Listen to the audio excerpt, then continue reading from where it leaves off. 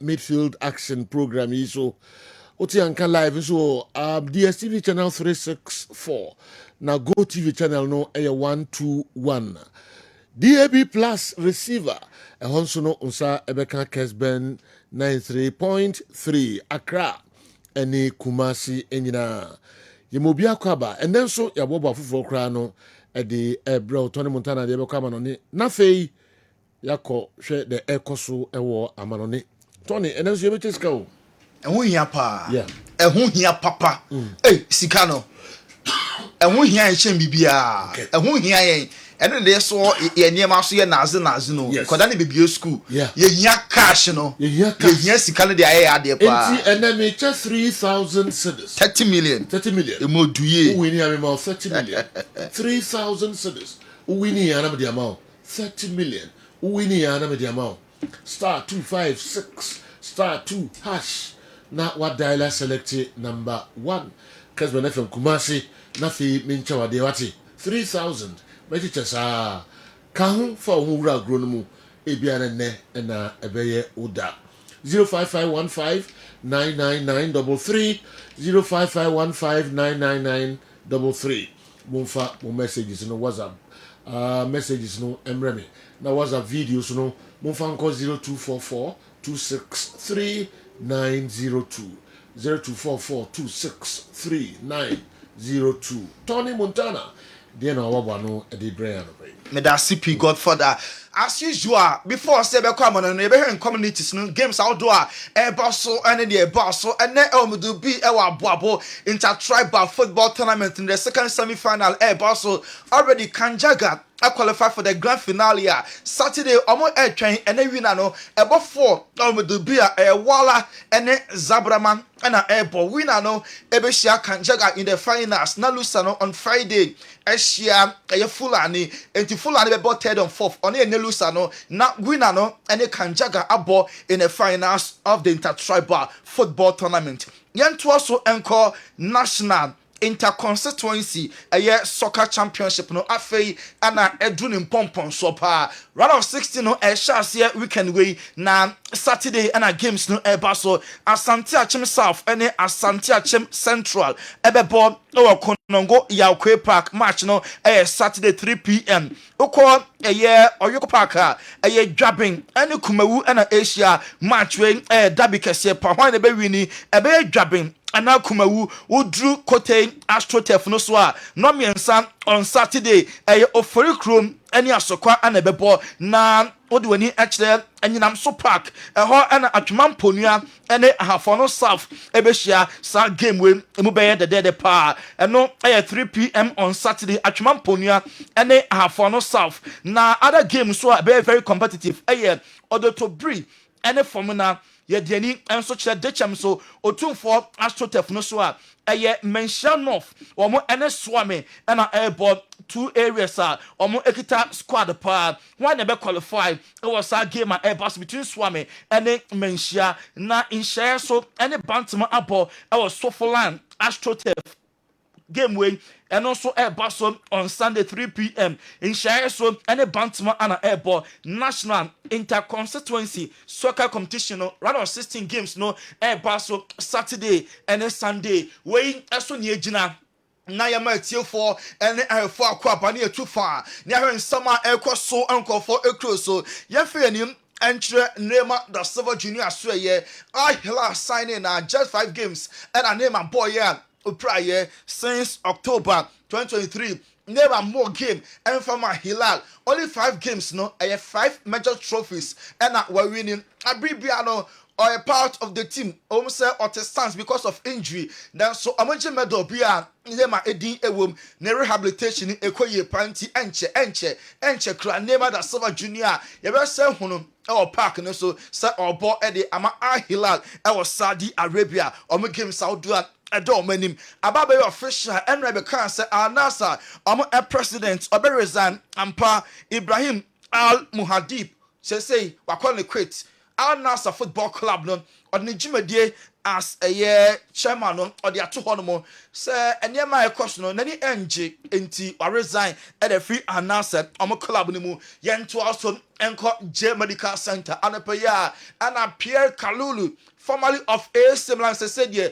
omanya transfer no aba Juventus anapaya ana Kalulu bedru ye a oyen medicals na oba J Medical Center na Juve fans ni bi e twene dada omienko na ye heard the reception how our fans no receive with Pierre Kalulu.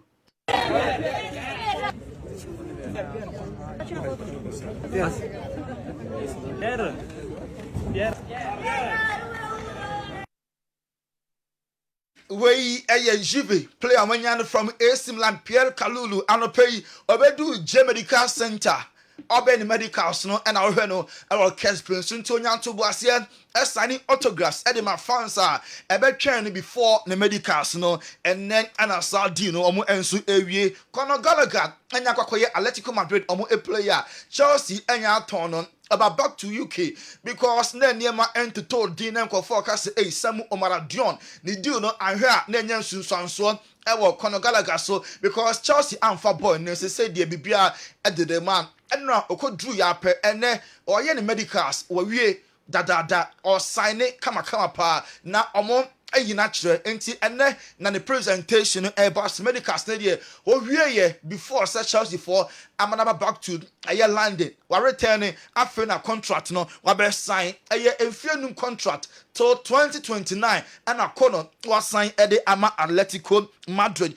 Victor Roque is still on the Barca for eguso Epe office, omo pese sika no ekosro enra ye be kan two clubs Real Betis Epe on loan ena Sporting Lisbon epe se omo tono Barca interested ewo ton ni mu name omo pese sika ewosro Lisbon for no at the 25.5 million euros and about 25 na cash down na 5 no akoye add-ons name Barca for no epe bear 30 na 5 million euros ababe add-ons name Betis ejidi pass boy ni ewo Spain obe adapt here just so mum and Barca edi Victor Roque emom ti Barca go so a omo every options no ansana omo ave club ebetimi abo boy no ye be kan say Ike Gundogan waka edi Achọ City ama City for siesta after 1 year of free club ni mu one sign emra back ene year ya that sorry ya Ike Gundogan and the wife omo follow Barca ewo Instagram and see we extra say goodbye no dey omaka wie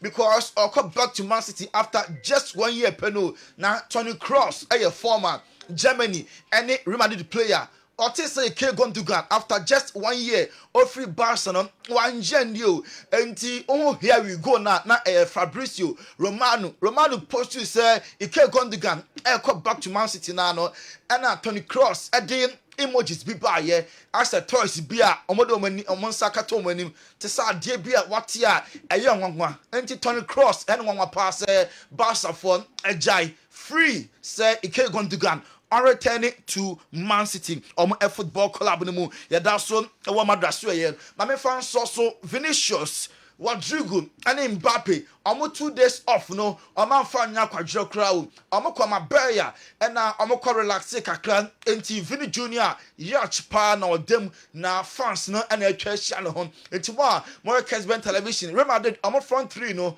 we dey Jude and Kobe nya sa ka ebeye front 4 name Rodrigo Vini and Mbappe and what yacht ni mu nti Vini epie baye ebe sense autographs at the my fans no relax ahead of weekend way game and ball match 2 in the La Liga yenwram ewo Deco akasa one fan ebisa ne say adenti ana person ne Nico William on joining Barca and Deco eya no say opese boy ne eba Barca for echo boy na so esenka omremisina kan enfomo name Nico William and the can no Nico decision say on Barca we any anu ya Deco at the Emma fan no and fan be say into who else will come and I say yes their play be name edini de on fan to ja we and in summer Deco sporting director Emma Barca or the atuja Raheem Sterling Ben Chilwell, Wesley Fofana, and Adarabioyu,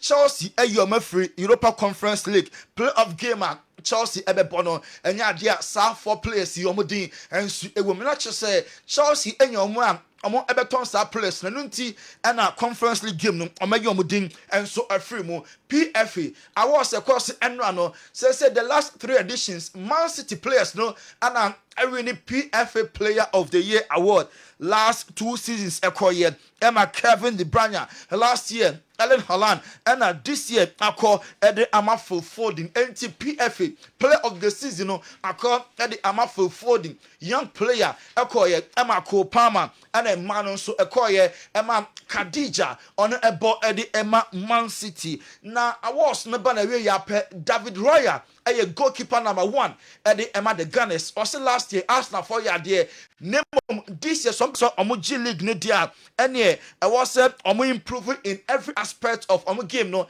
yes sir Arsenal for bed league no omo ebetimi agi. Every year you have to improve on every single aspect if you want to be the best team in the league. So we have to try and be as perfect as possible and improve in every single aspect of the game. Do you sense that they are your only rivals, or is it a much more competitive Premier League? No, the Premier League is competitive, the whole 20 teams, and anybody can win the league. So we have to be focused on ourselves. That's the main thing, and focus on the present, not too much in the future. Go training by training and game by game, and we will see what we are in at the end of the season. David Raya, Arsenal, omo goalkeeper, Premier League team of the season, Onoa, and omo fan, and the Aswani Papa, Kolo Toure, former player, Emma Arsenal, and the Man City. And also a commentator say Premier League, down to the wire, be a last day, and they behold the Belgian League, on team can City and Arsenal, Liverpool, clubs in the Premier League, Obia near Brenton, Liverpool, Arsenal, Chelsea. Man City League, just a lot of parts, and will be able to beat me. It will be very crazy. I can feel it, because I think team like Liverpool as well have to be considered as well, and definitely it's going to be. It's difficult to say right now, and I think it's going to go to the end of the season. I'm sure. How close do you think Arsenal are? I mean, they've picked them. They've just been picked 2 times running now. Do you think that they're only millimeters away from doing it? Or? Yeah, absolutely. We know it's millimeters for sure, but unfortunately, Arsenal is against one of the best managers that football had ever, in my opinion. And the players as well are unbelievable. And when they perform, like they did against Chelsea last game, I'm sure the Arsenal thinking like it's going to be a really hard season again. But again, it's going to be fantastic for fans like us. And people who love football, we want that. We don't want 2-3 teams who can really fight for the title, and that make the game really. Kolo Toure, former Arsenal, any Man City defender and our Kessben television. So Erling Haaland, after football or retire farming and not the shape. Person of the best farmer in the crew. Erling Haaland Kasai. Anything back in Norway that you're exceptionally good at? Best farmer of the year, okay, in the future. What are we farming? Like animals, vegetables? Yeah, in the future, yeah. Both of them. Norwegian strawberries, they're good, aren't they? They are lovely. Okay, so Erling, strawberry farmer in the future, retirement plan. I love it.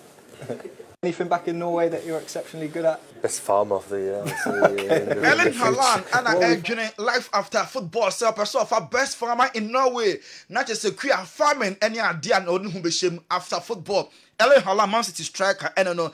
AC Milan engine this Barca for serious because Rafael Leao open now just over 100 million euros and no any at least minimum 100 and Sana. I'm a giant boy no Amanako assistance now. Barca any financial strength, some between assign player around surprise, and until Milan short fans say Rafael Leao will stay only baby and so echo and now United players no echo share our Chinese restaurant be our Manchester team bonding very very important. Even Lenny Yoro any players Libya Eprano and no anajo omunyina ekohia edidi omunkomo omu create ayonkofa said ebeya unit no ayadwuma United players no park no so a entakwa bia emba na oma win Premier League no any other tournament omo enso bonti and no team bonding any players ni pie no na yehwe our Kessben television. So Chelsea enya atom omo defender Bashir Humphrey ɛde no ama ɛyɛ Ipswich Town say Burnley Football Club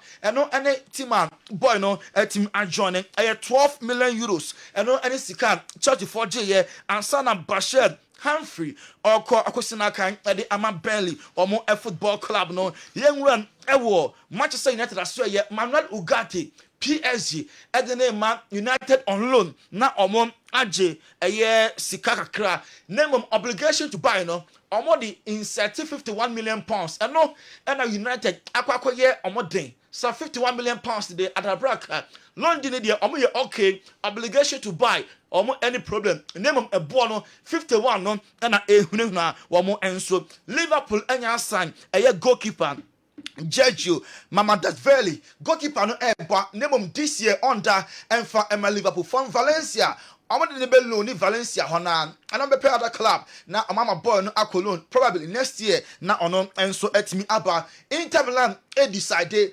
between Angel Correa and Marco Anatovic emu baako also ɔkɔ enti coach eguso Simone Inzaghi Filippo so betimi ɛgya saa two players no emu baako ɛkwan Marco Anatovic ana Andrew Correa oye coach a hwan enanka obejai amono so etimi every Inter omo aso ye Amado Broha enya complete medicals na or join Ipswich Town Chelsea any boy no awie ama eneya Amado medicals no so etimi akoso kama Sergi Roberto former Barca captain make I say Como newly promoted Serie A club Fabregas offer experience power anunti onya Sergi Roberto so a pe ono so epe bruta Stella Enzo Maresca se onya Victor Osimhen opo enti Todd Bowley ane Chelsea penny for na Stella no ohia striker Victor Osimhen Napoli player no obeso oba enti omo facilitating na some move no enye possible because Chelsea ehia ne pa David Alaba opraye since December ontimi mo ball cruciate ligament yes say in the next 2 weeks obetimi up training enti achekwa by October there obetimi abo games no e di ama Real Madrid Andrew Lonin aka 13 days na La Liga window no a close besin ne onya hunu future on this side say obekọ anase o stay wey aninsim fi Andrew Lonin na so ye enso eba award winner ada Roma wey eso an yegina na enkofo ekroso nsem ye see Montana the Tony Godfather I'm for that's it so the Montana can you do all all right Emraso say me coach sika Emraso say me coach sika star 256 star 2 hash star 256 star 2 hash na what dialia select number 1 me coach 3,000 cedis edikai fine ho na ebeko 3,000 cedis moto bi modemo room Kessben cashpot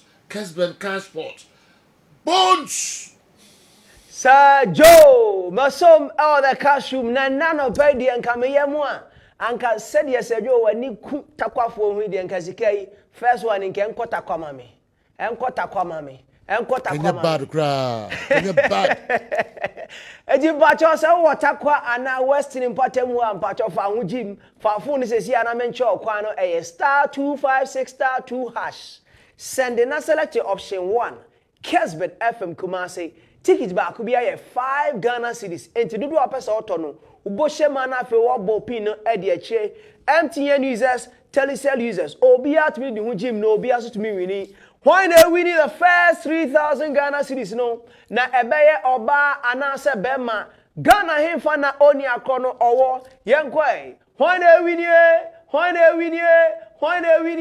3,000 Ghana cedis Kessben cashpot 3,000 why lucky number ni 0240 819 star 0240 819 star so number and you know who am say wa check na one kasa di one dance say Laka Roma Kessben cashpot 3,000 Ghana cedis alande ewo phone so say Joe bones yadasi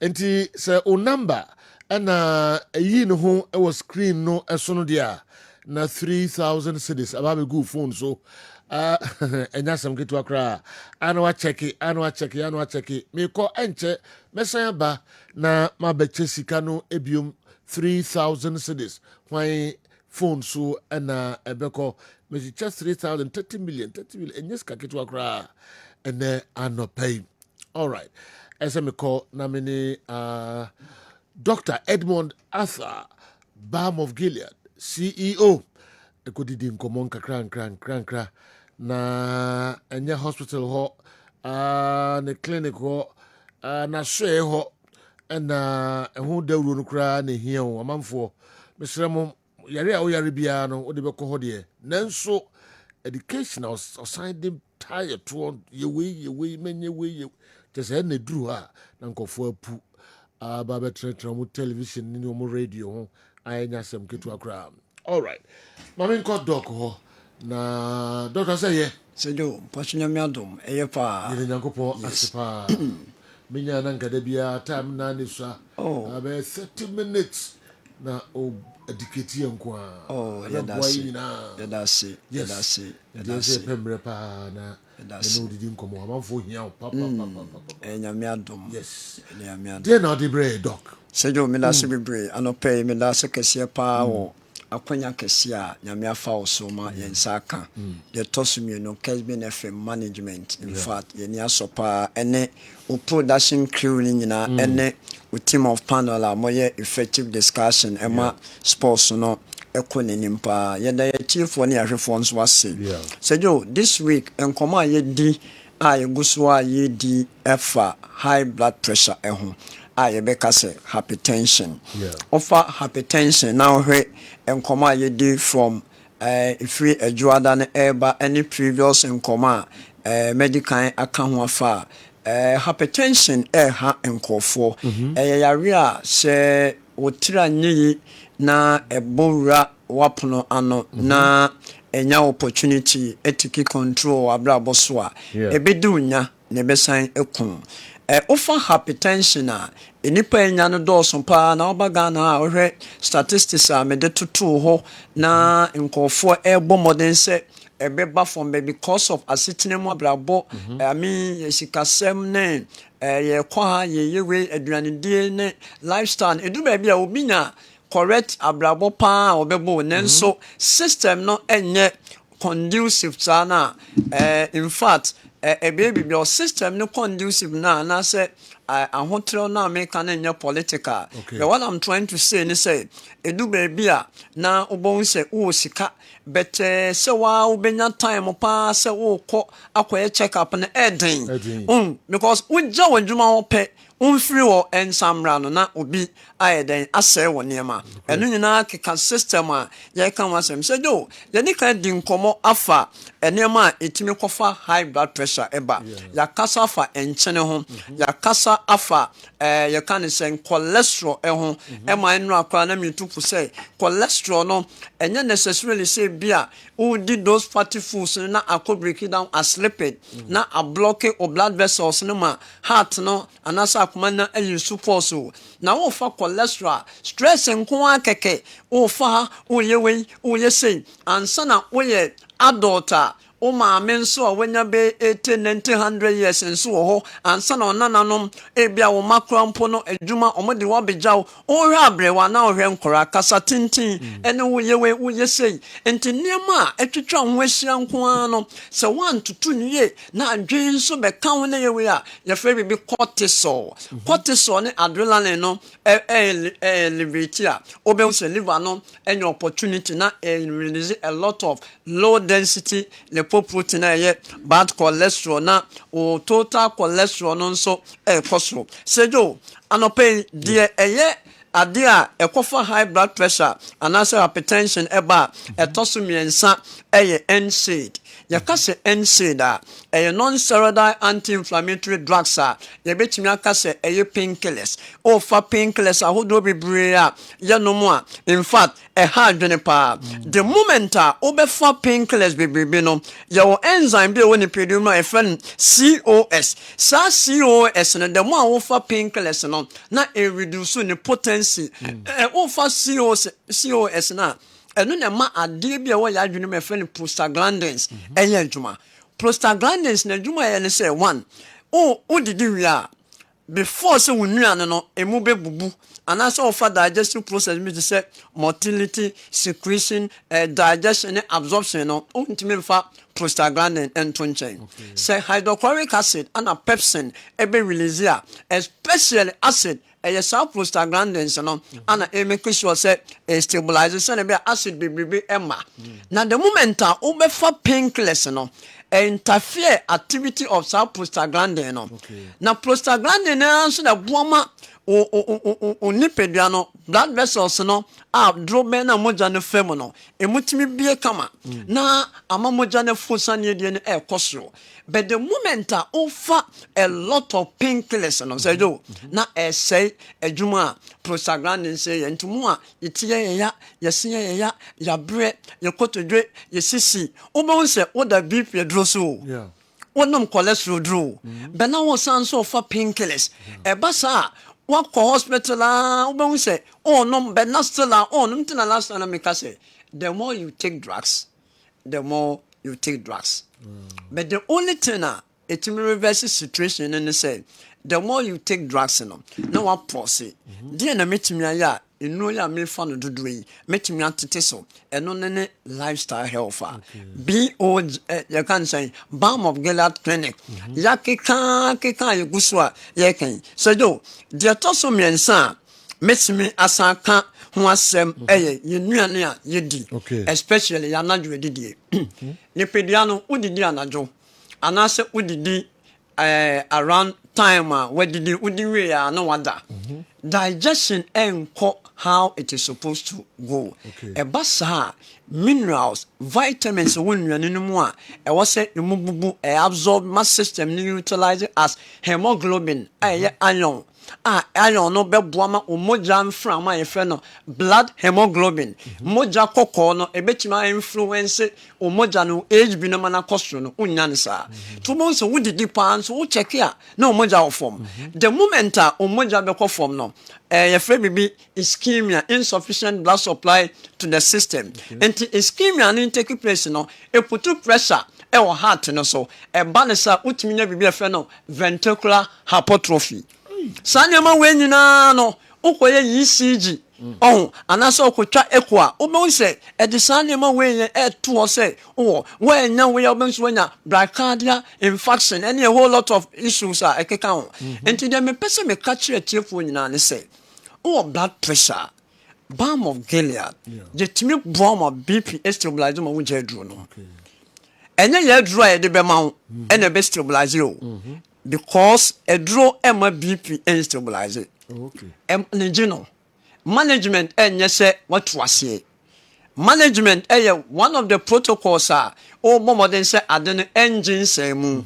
But one no now managing can we say condition on free mo and condition betima be complicated. One what babina a lot of issues are kidney failure can be. And to say do de me pese me ka kire me maame mo me papa mo me nananom mo ene ahemfo mpemfo a etie no pe se o bi pia tete onema no so one tete so na koba se those nyema na wo fa ebe ha adwene enu ntina na me ka se me de me talk for this week in eba end any enkroma yo sejo me wo pharmacies bia o me papa o a lot of enkroma farm wa due enkroma wonim de ntia omo extract bibi onkroma me friend pectin na omo de aye edro bi te se amino de pain ne fe de pain itu no BP a no mo BP no yes BP no na edro bi a be ba montin a ye free bibi excipient and active ingredient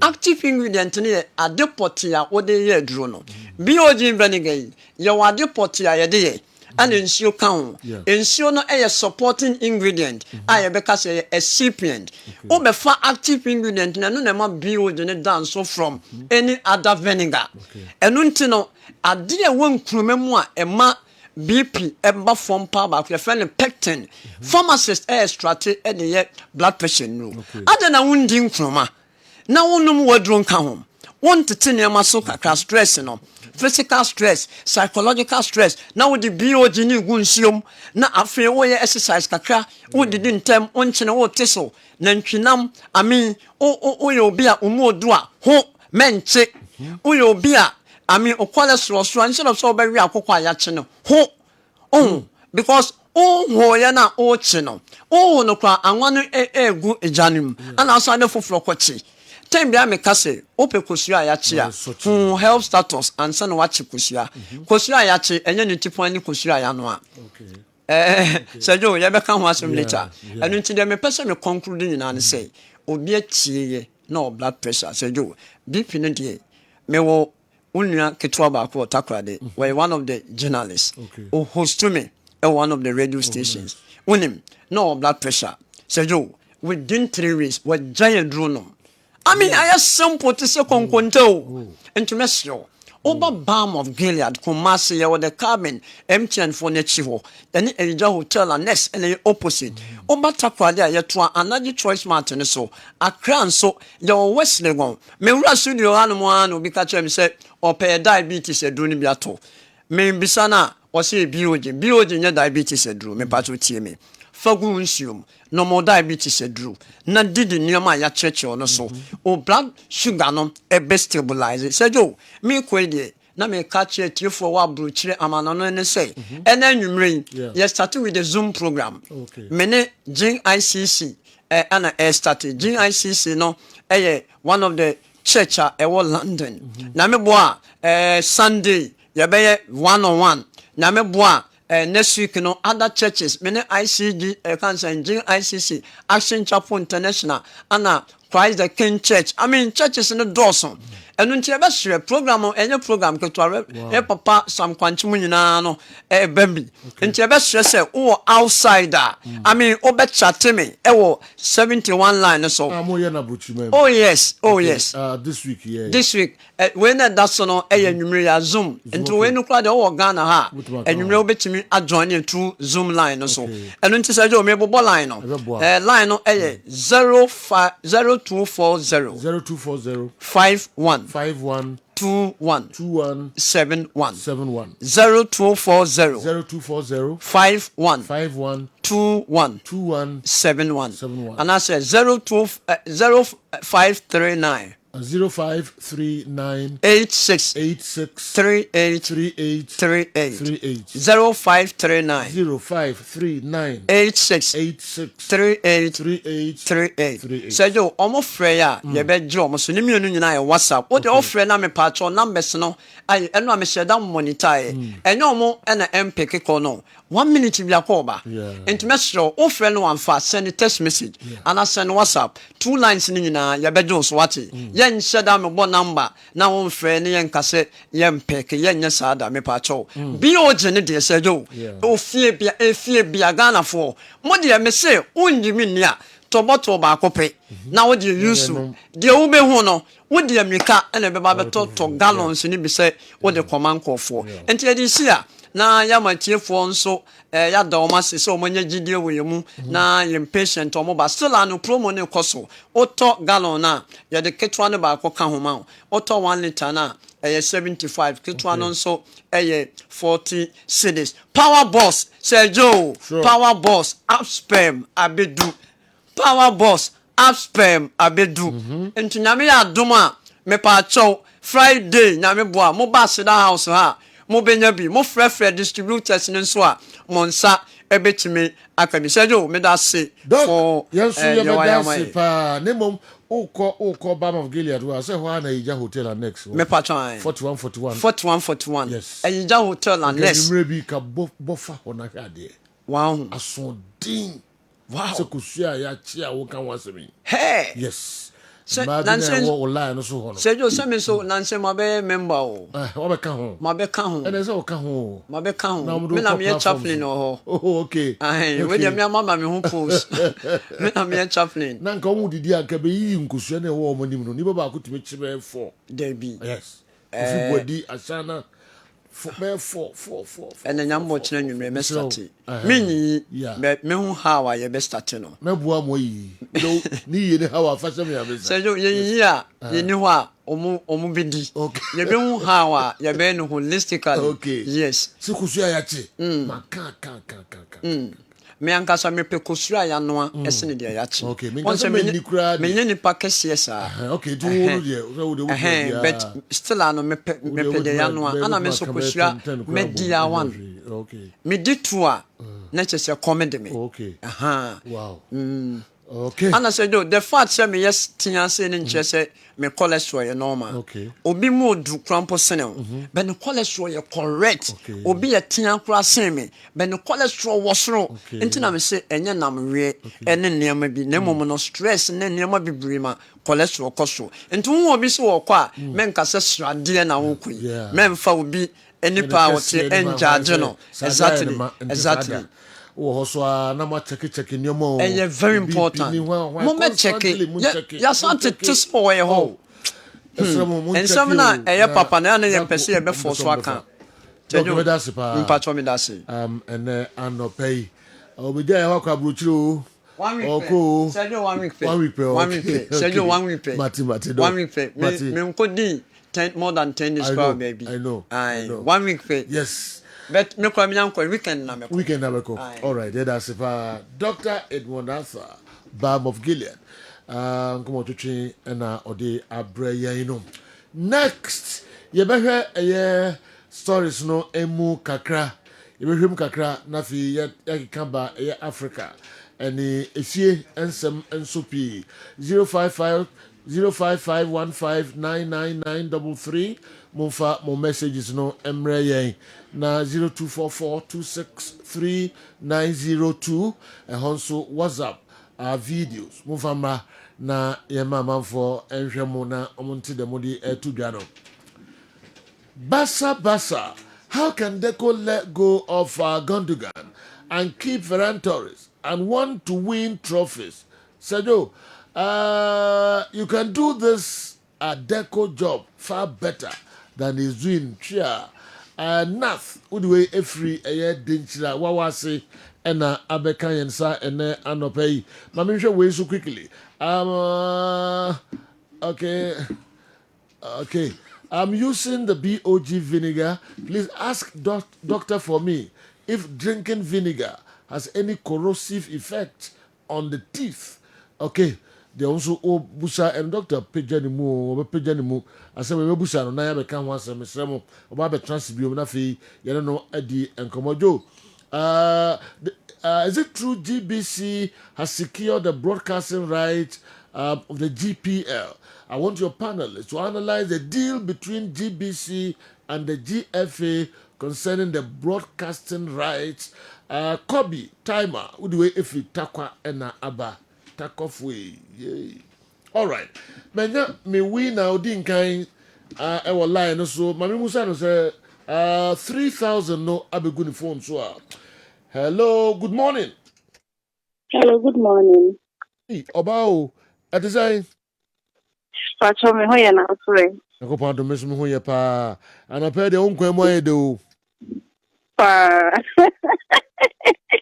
Ineni diaji. Na o kasa free here for saying. Pacho me kasa fi dan someone your friend is fa. O kasa free. Dan someone. Oh, okay. Na wini emre din kan wa wini bi ana. Pacho, this is the second time. The second time, oh, okay. Do you kabo mo asa mo ka o ana. But what was our break?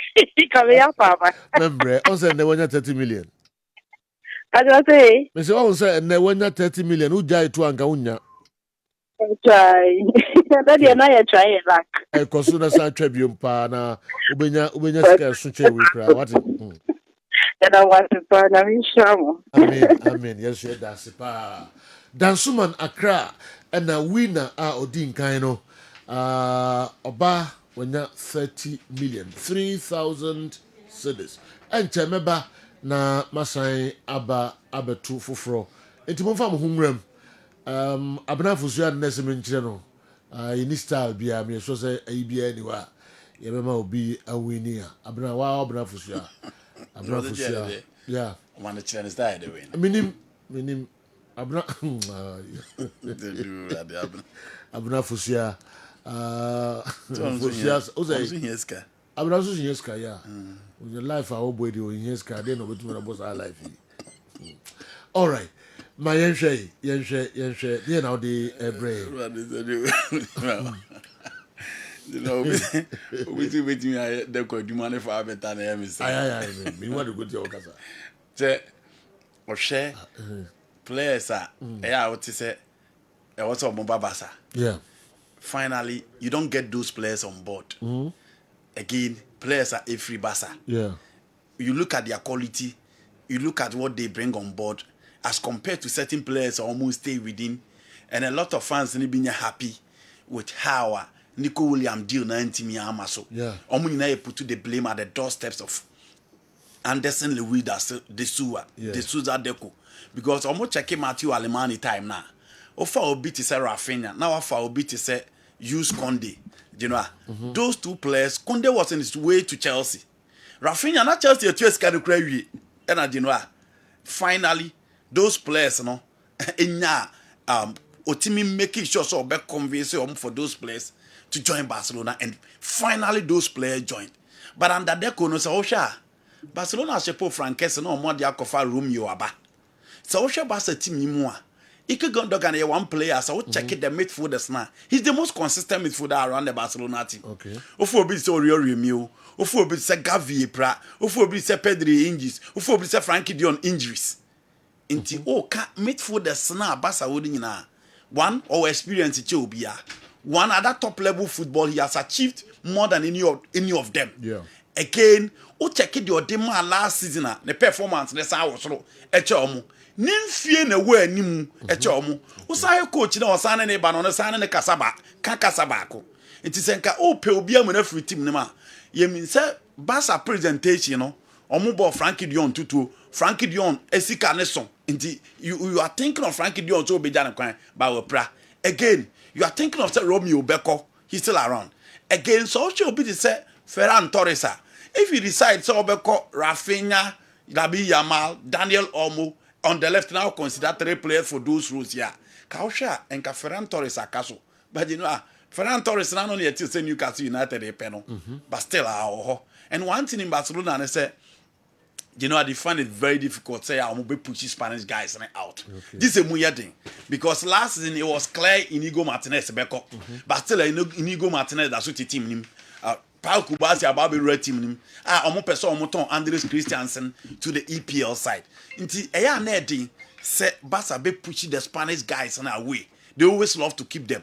And the one advantage for those Spanish guys and I say, you know, I am not foreigners in the the local players.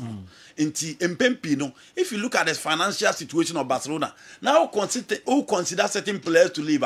Obviously, it will be one of the big boys.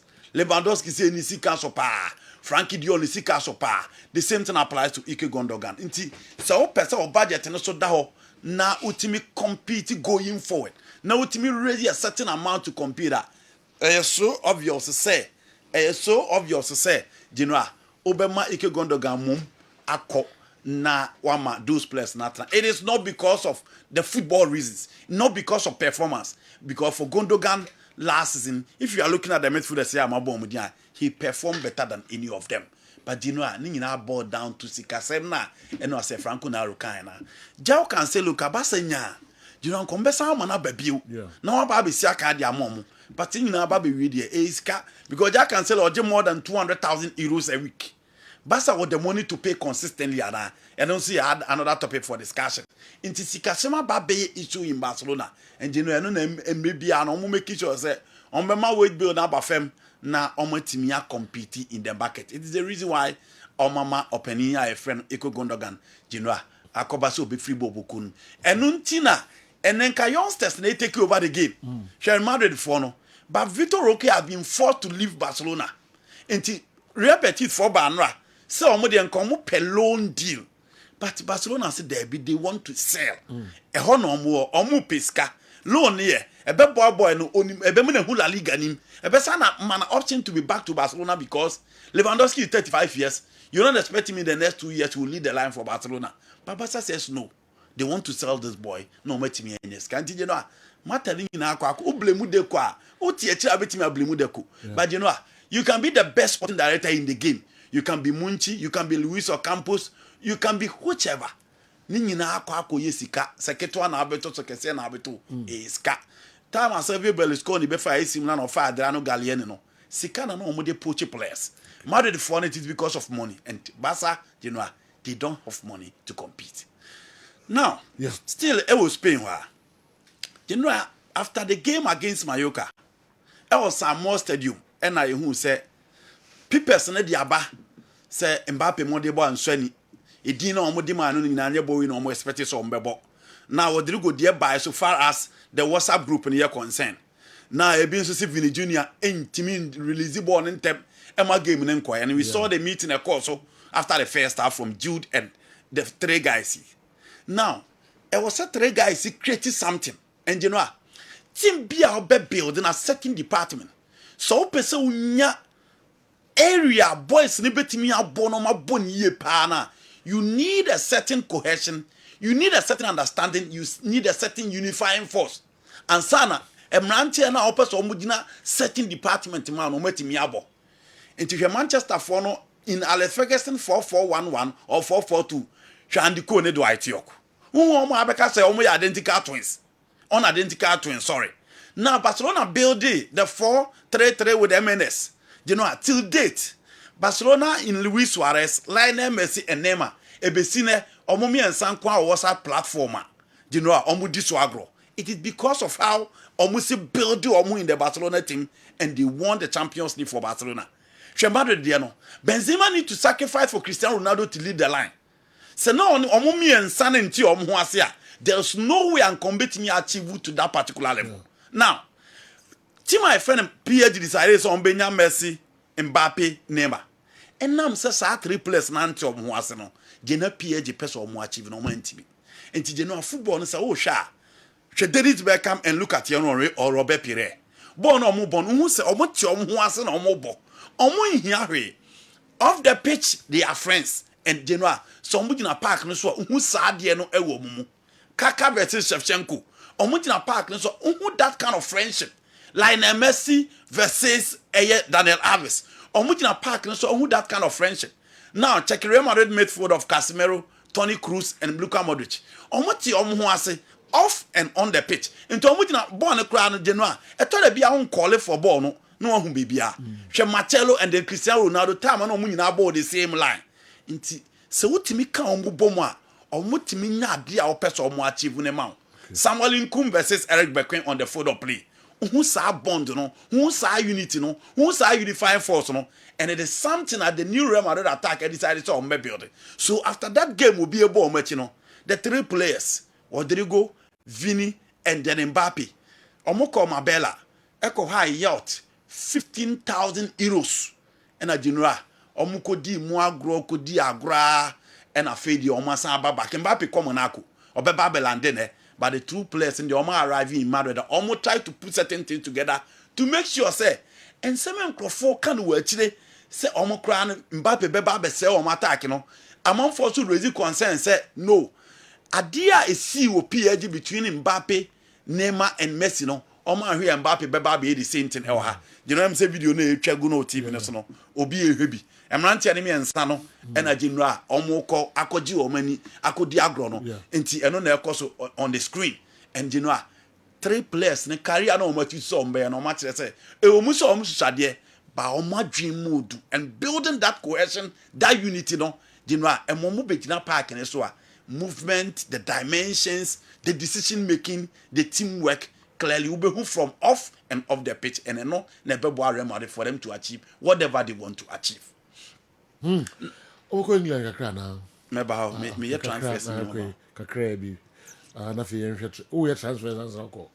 All right. England mostly transfers and the PF in. PF no na American was. Okay, meba ho you know. Now, ya tese Barcelona so mo pe Rafael Leao. AC Milan for say is not for sale.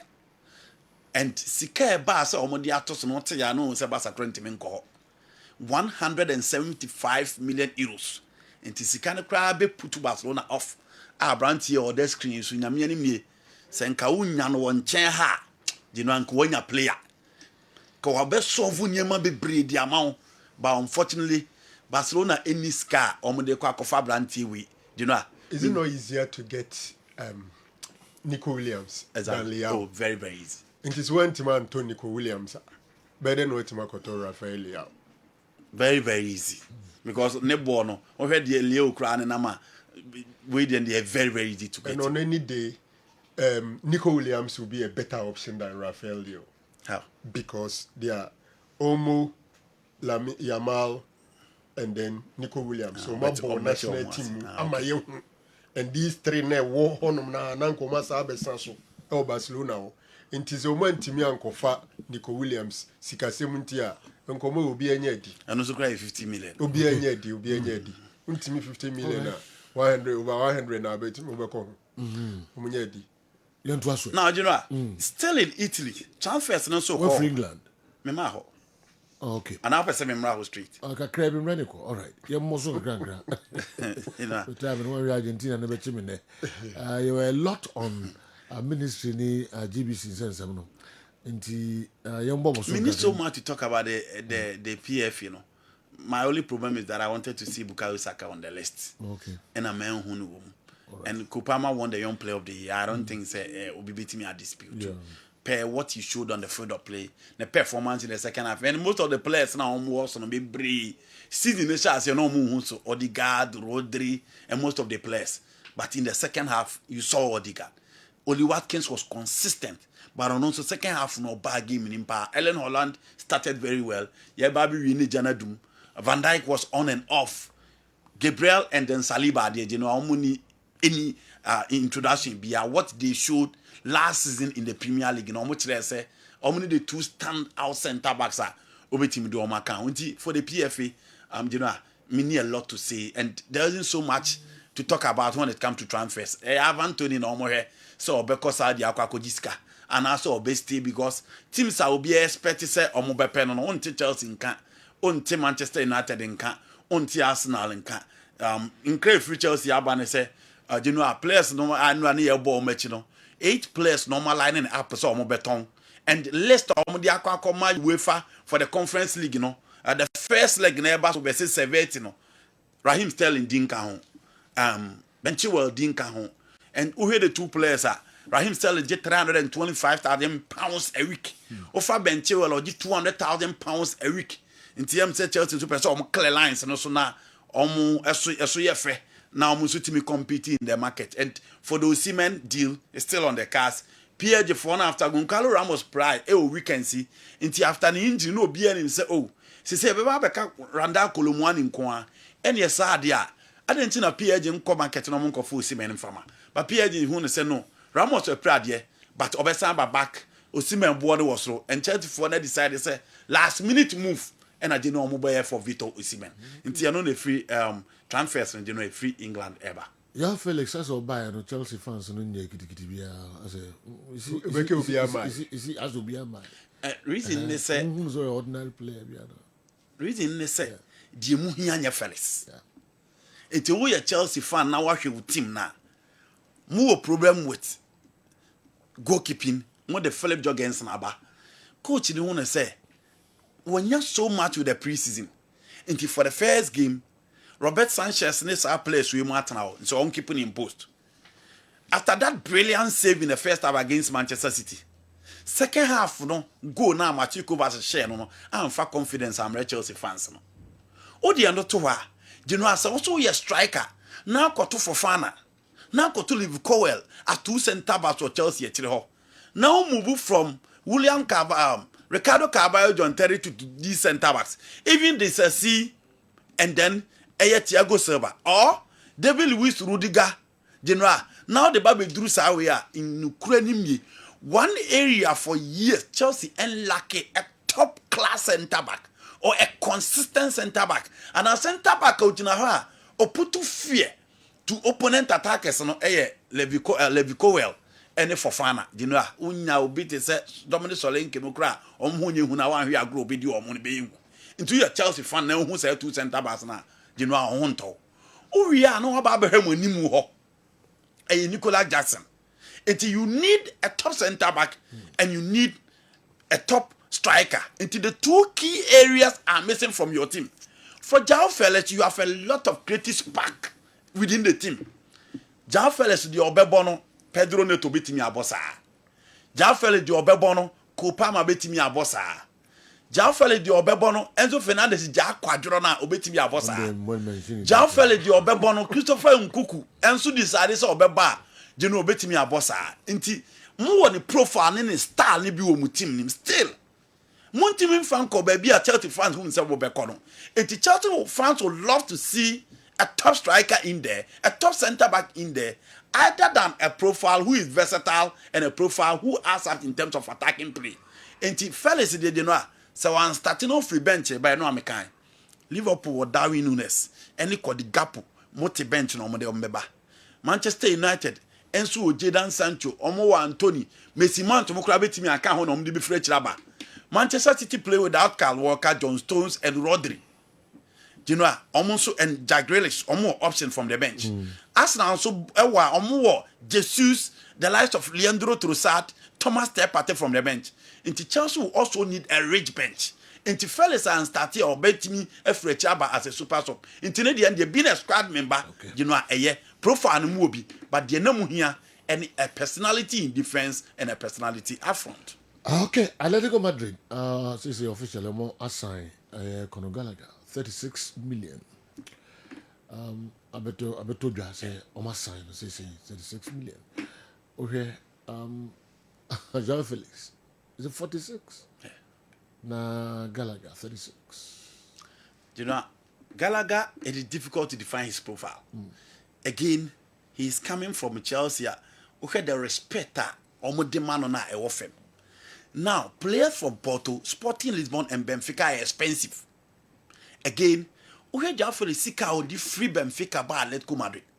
His salary, you know, he earns more than 200,000 euros a week. We are no free wa. Abra onye bi more Atletico Madrid na teams be no kwe about Chelsea. Offer Chelsea on say any be more Atletico Madrid no sa ko Barcelona. It did not any moves no. Into he is one talenter. A lot of people have valued the talent no. Though he's yet to produce the talent no be happy to no. But still people rate him so much. Again, he is at the agency of Jorge Mendes. Into all those factors put together, Emma o boy den usika oje baby e free ba team e free mu ba team say chase you. Ni na ma o boy den. And Oshe Conor Gallagher, you know, from Crystal Palace about Chelsea first season, second season he played so well, not so much respect. Chelsea need to push him away. And you know, I say, yeah, pamo di gidi. Tintina, I say, you relegate to cry. I'm walk second team home. You have more chance, man. First team in your trainer. The Chelsea value above him. Meaning, says similar issue can be raised for João Felix. But the fact of the matter is that the last game Atletico Madrid the boy versus Villarreal, he was part of the first team. Okay. And Sana called no.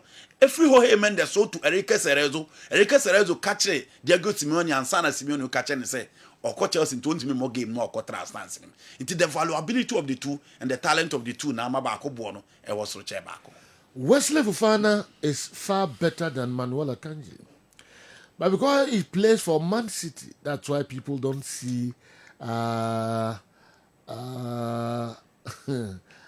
is a bad centre back. But Andy should give us a little time. You will see a different Chelsea. Mohamed Sani. Message out there about no. Far better than Akanji. Didi Akumadan Senior High School also my biggest regret in the whole brouhaha between the sports ministry and the GBC is that the All African Games wasn't attractive enough to attract sponsors. So it took the ministry, the sports ministry, to pay for coverage of the tournaments.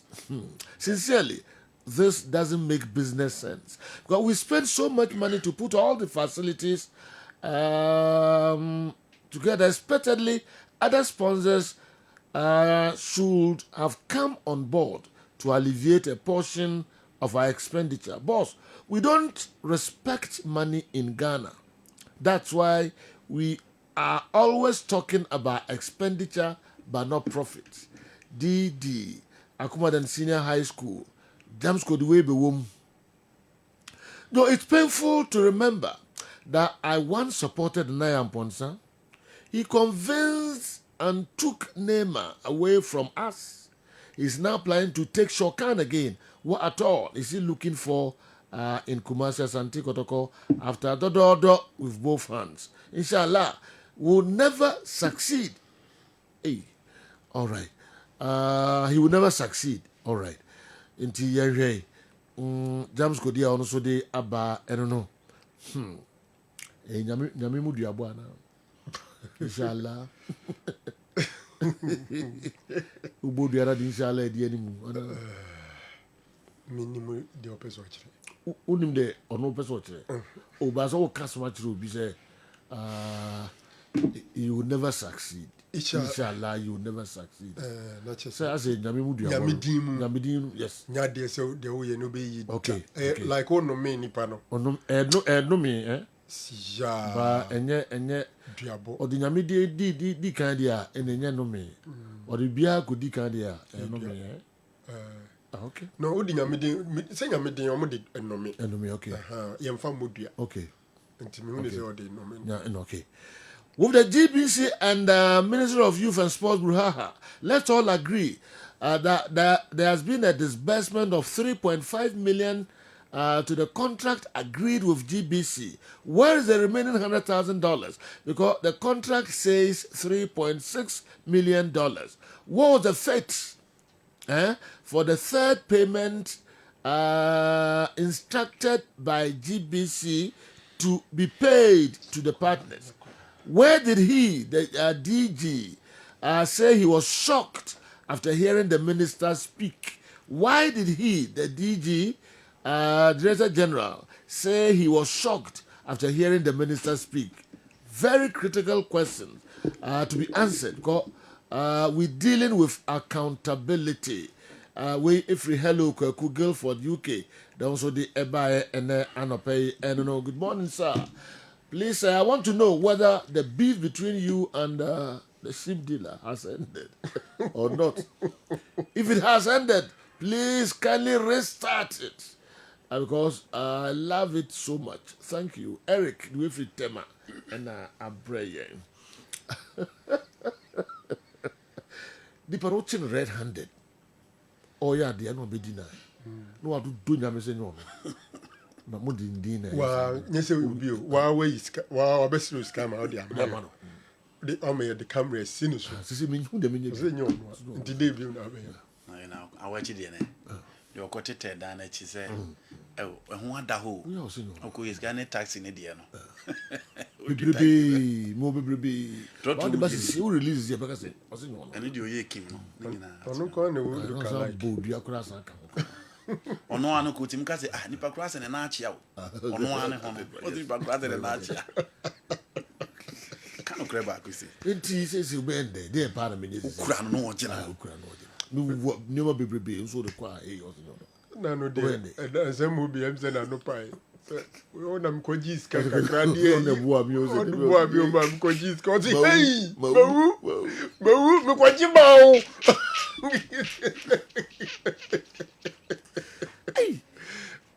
Yami achana die. Them ones still Guinness Book of Record for intimate recognizing. Because Braga Tony there. What trip? Braga Tony nidi.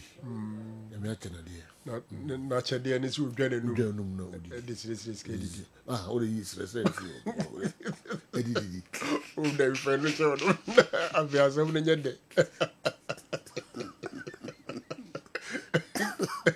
That's them go share now.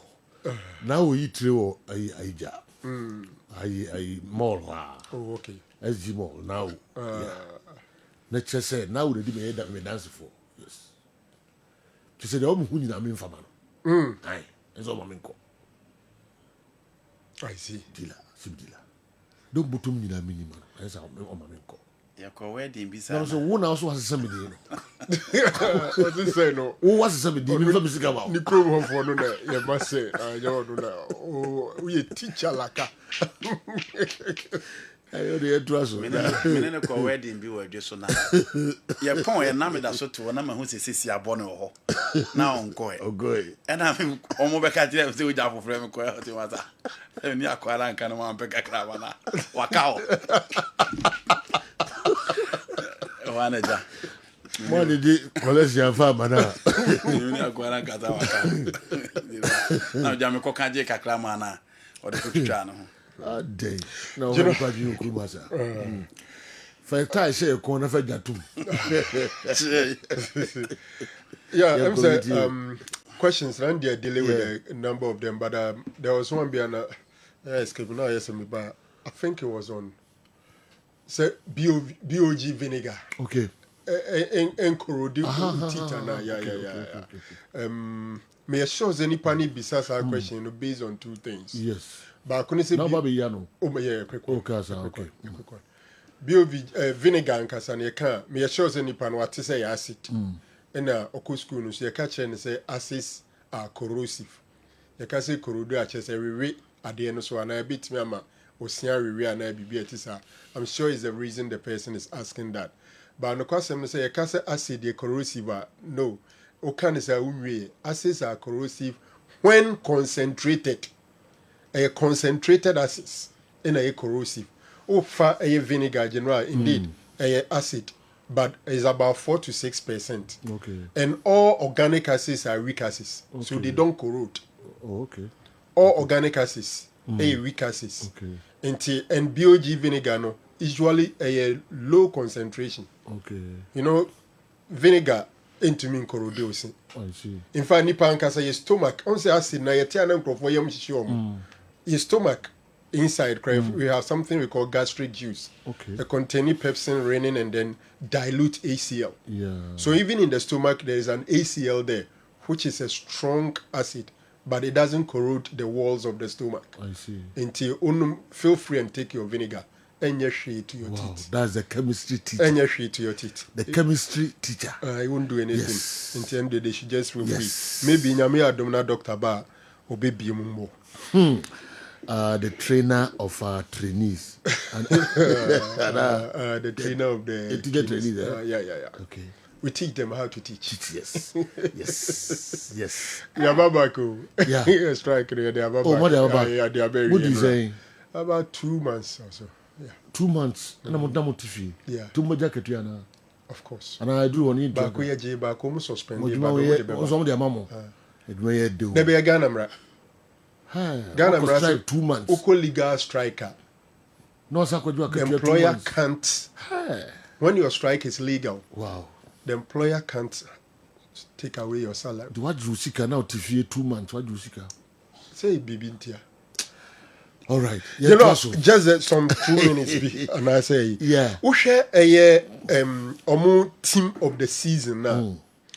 I can't be the supporter and the claim say. As an Arsenal team, no, it you open your friend Mikel Arteta, wanyadi. Because ye team of the season. Now one team in your 5. If we the team of the season anymore. The OG League in your 4. Arsenal had David Raya, Saliba, Gabriel Magalhaes, and then Declan Rice, and of course Odegaard. 5. Man City OG in your 4. Foden, Haaland, and then Kyle Walker and Rodri. And dear Kanye Krano, Utiandia, Osususe Bukayo Saka should have even competed. So this is the team that has as many as about 6 players are potentially they should make the team of the season. Almost half of the best performers in the entire league, 5 of them about Arsenal. Almost our other strong contenders are more actually. So for me, Utie Sanko Mudena shed the players na Kotoaba or Momuyi Omona as a Chinese Arsenal really should have won the league. Is the reason this season people are tipping them so Mubeji, probably including my good self. General yeah, I feel that was Arsenal league. Oh, Omoka me strong con. In fact, me tough on currently I'm the lady. Yeah. I'm the lady. All right. General, that's Mrantia Hine of Takwa.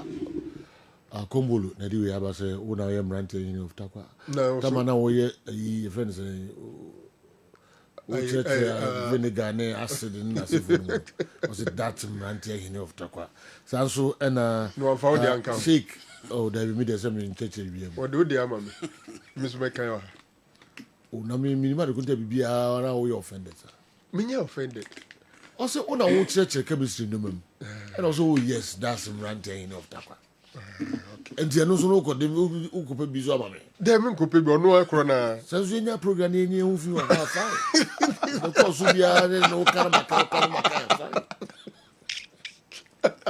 Wanya bona mkohe. Oh yes. Onyanye so. Mananye so.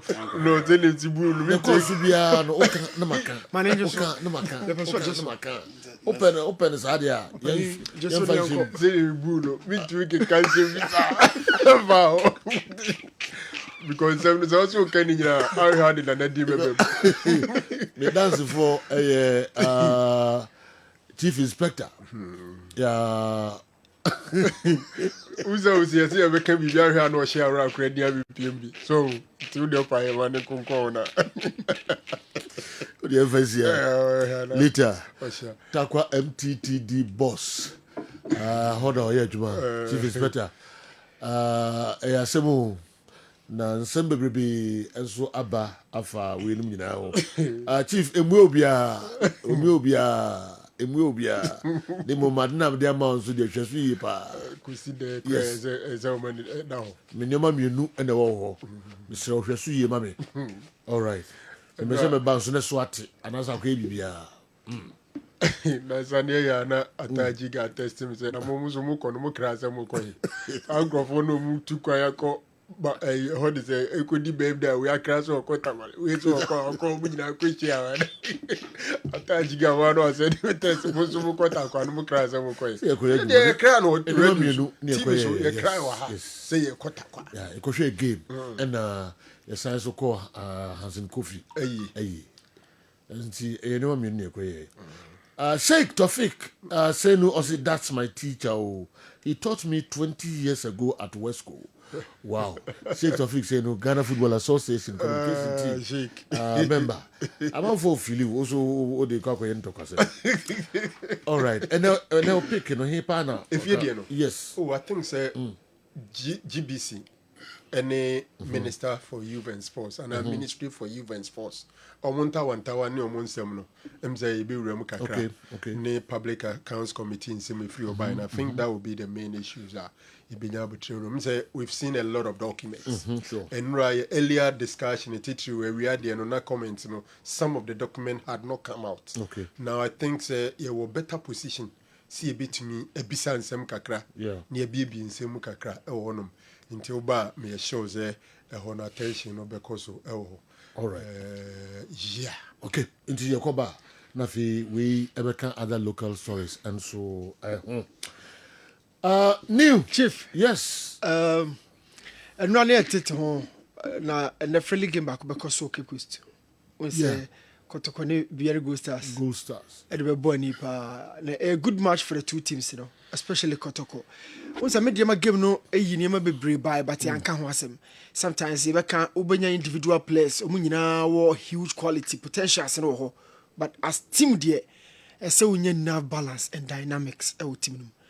Backline no more sense back Midfield issues back attack similarly.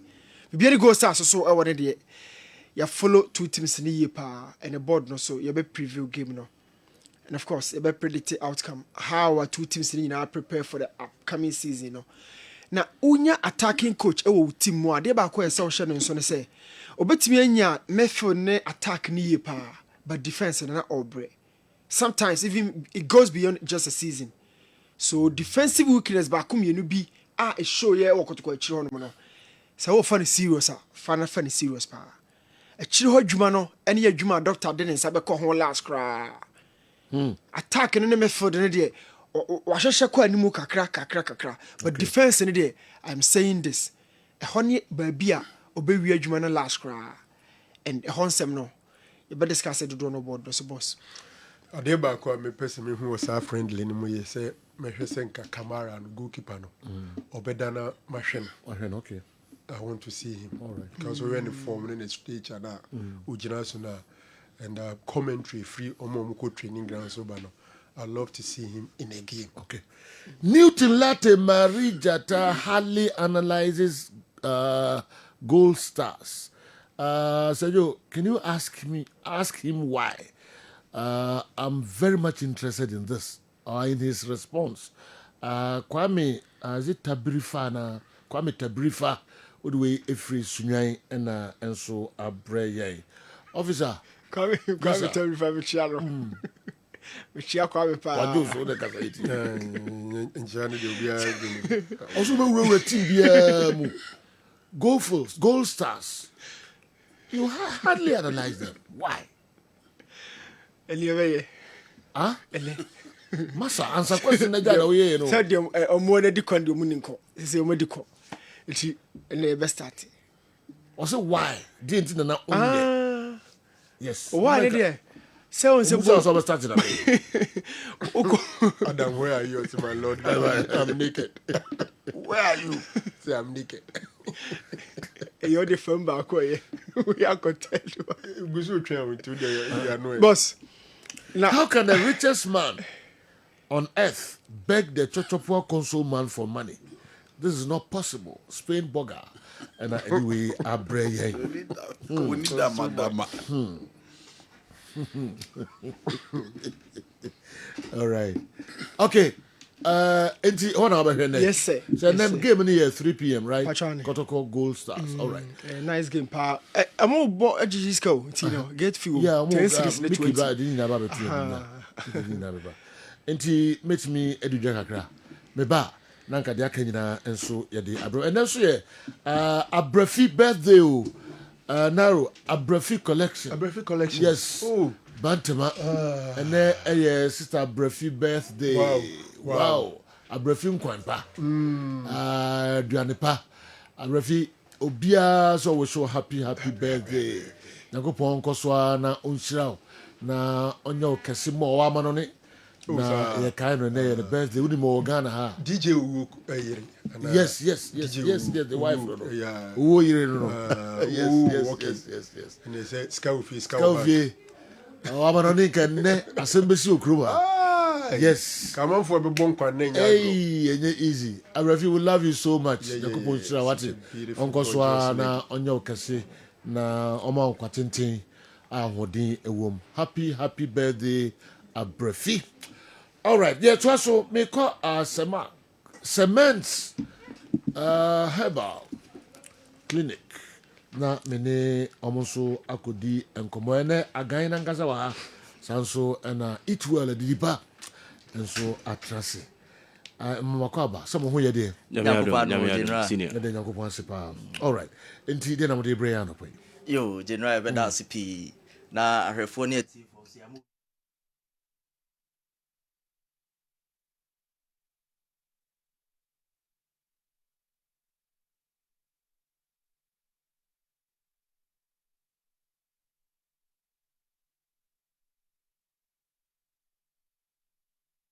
Yarisa. Okay, Yankasa biom. Yanko. Yo, Sammy in charge of sound. I'm saying that why mistake I created Sakumia, dear so Yanko. Yo, General, whether CP na etiefo ne ahwefo ya mo bibia kwa aba. E de aba semen seba clinic ai wo kumase asokore mampon. E de bia betra ne aka kire se wakoyare tibia bim na otete. Na wo ha ya baby e wo se wo ba na beji wa yaresa eye Semens Herbal Clinic ai wo kumase asokore mampon ye ni asokore mampon rural bank no edi nhwani mu okay da bia ye ka kire wo se wo ba ho a e ho nya yira kwan kra wo benya ka Dr. Mensa okay wo fraud asokore mampon ka na no aka kire mate ni se mesi wo Roman asore da no ana se baby ana na asokore mampon hini statue ni si no afen so ebia wo so onam nkran kwan so na eba me pato brabesu o tech okay kwamre nkoma suapon school na nim ho na busa so kore mampon ka wo fra no ka che driver na se mate ni se mesi o semense back na de ko ya brabesu ya nim ho yesu bank na nim ho no anso otwa kwan na waba dan fita na we be se glass nko awa nim no oba ho no ma yesi uya de se de sitie bia eye semense back clinic okay ena sa bre onyankopon apaye se yemra ne meboa Ghana man and beyond enu nti ene de abrochire de abesi Ghana no da bia ye ka kyerɛw se sa abrochire na de abesi Ghana no ye friend remote health care okay baby a wo bia no semense ba clinic ebetuma show pepepepepepe ebi wo ha ye from wo phone so ebi a either say be from WhatsApp call video call na ye ne watena akasa te se de wote anim pepepe ana se wo ebi a zoom ene e be frɛ ne ye ne wakasa enti wo yade no se de sitie bia no wo hu ye anim ne enso ye hu ene ye ne wo chesa ansem no ye ria na afe enuro bia wo se de ma bia no ne apase enuro no kama ba bia wo bia enuro no nsa beka yenim se saa de we enam so ma nipa bebre enya o ma yaresa enti ntra ho enka se ba bia mo no kwan wa mo okuma se me mo tamale mo takrade ya ka tro se ye wo saa we wo ho na emom tie ne ye ebia me ka se wo ba bi yo ya pa den we go through pains, intense pains pa wachi eyo oja wachi bremu no ya usisi ya oja anasa wo to ase na twetwen anasa wo de stroke ama wano achim wo kasa ma afa wuntimi nante wa kampam anasa wo te hwiche mu wuntimi nante ya say wo de tu anamo na bra denti na tisa sa wo ba semens ye ma nuro no enuro ya de ma nyina so haban eni nubra ya keka bom enuane a wodi bi wo afiem no a ya keka bom eno ne de ma wo ye no to nchan a ye wo reflex e wo ho reflexology enti obi a wanya stroke anasa wo honam ye o ya na wo se ye de nsa kan afen so we sa reflex na edi miamia unam no nsam no free hono ma won so wo sa tibia no no ye besan your therapeutic massage hwe sa massage we no se sia massage nye luxury biom massage aye necessity se obia wo ba behwe eno so boa ma yaresa ne so content enti na ma semens onyankopon na we so eje yaresa fo bebre no enkwa no ye se we we ne to nchen ebi a make us say oh there pressure and as diabetes the bia Johnson 10 amma wani eyo wisi wanya diabetic retinopathy and as wo de no nephropathy diabetes nephropathy nti account kidney nti wo ha na wo so wachi one side ne ya me pato yo bia atisa tumika bra semense ba clinic na semense mo afen so wo di asisia na kom sa de ensu kom so do 10 ekroto a echepan sa na ewu me pato ntna ho wa bra semense say ye di nnuane beboa e no pressure ni nyina amanage amana ba form kama ma ho ato na so watimanya oyaresa na me kan na obi so de ennamu nsa yade ahodo ni bi sexually transmitted infections say gonorrhea say syphilis chlamydia genital wart anasa wo de no HIV anasa hepatitis B anasa C tumlika fresh semense ba clinic na semense mo me ka say san yarewa we a wanyan ama wo men masem wo kofom wato form team keja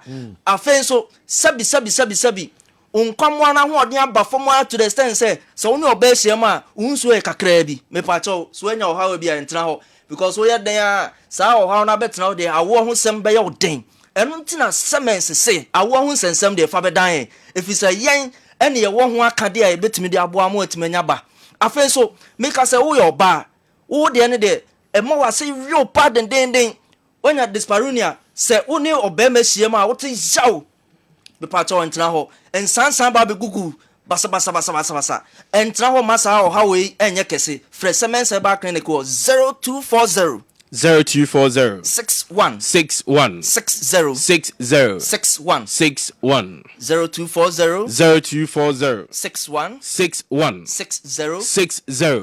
61 afei mu amwa amanone mu amwa akiri mu betimi afre ye line we nso na sa line no eno kro na obetima send ye audio e wo so e wo WhatsApp a ye beje so kama na any other social media yi bia no frɛ siso e ma ye moa 0530 123 996 0530 123 996 me kan obi say enti awo no me ba den na mo betima ya agba me pa cho so ye be ma na nkwamwa no wo fom wa hu se niema nkoye woni oba bi ahyiam ache afenso wo ye oba 6 months ni na aware woni be ma na da sorry nanso unna kram enchima eda bia utima ukonfitira me pa cho frɛ number 10 niema ye be kire wo nnuane e wo se wodi afi nnuane na wo se wodi na be boa kram ntafo awo nyina ba beta so mensanfa number no nto dwa biem 0240 0240 61 61 60 60 61 61 and I say 0530 0530 123 123 996 996 0530 0530 123 123 996 996 Major de Akarama Dr. Gaina on Satos. Sergio,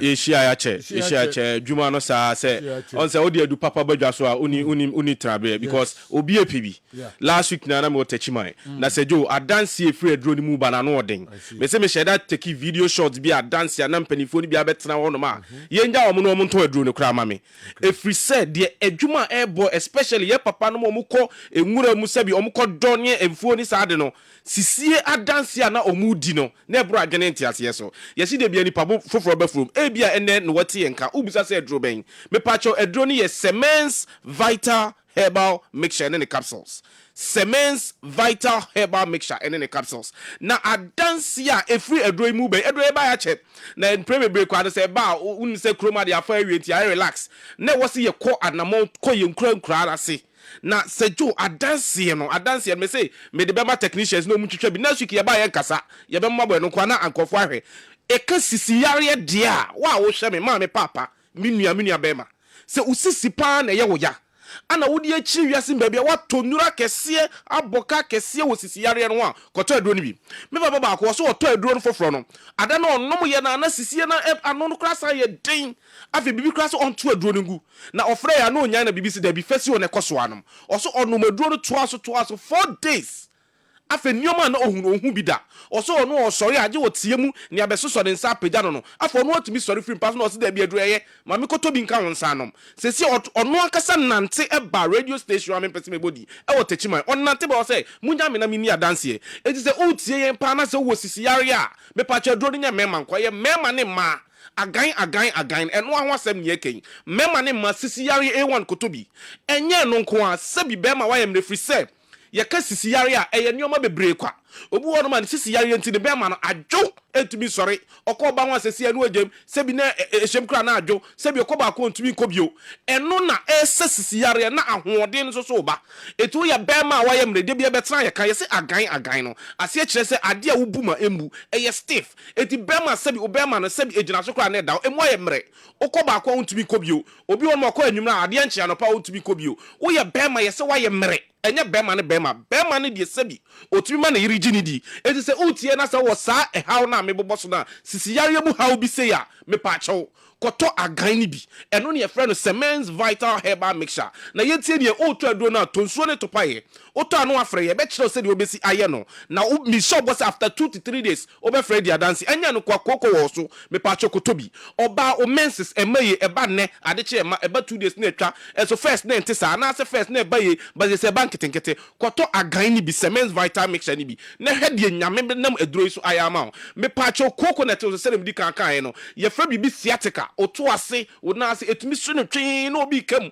me pacho wo sa ha na akoto Semens Vital Herbal Mixture bi na se de me che mabobo yare bebre kwaso de sent no oto aduro na frɛ number no ye 0246 61 60 61 mame mo so bio 0240 61 60 61 ana fe 0530 123 996 0530 123 996 said ye kind of Ghana haye de donut to apete ba bia etu de nso bekwa akoto aduro bi oto nso afre na enchiro se obesi anum Sergio nyame no nya adwuma nyame enso enemu enye adwuma e was Semens Herbal Clinic enso eho calls no eba besre momfo obia de na money no eni enkomo ye to aso de mama enche mekon makwa ko chesika ese mekona meko chesika o sika Kessben Cashport star 256 star 2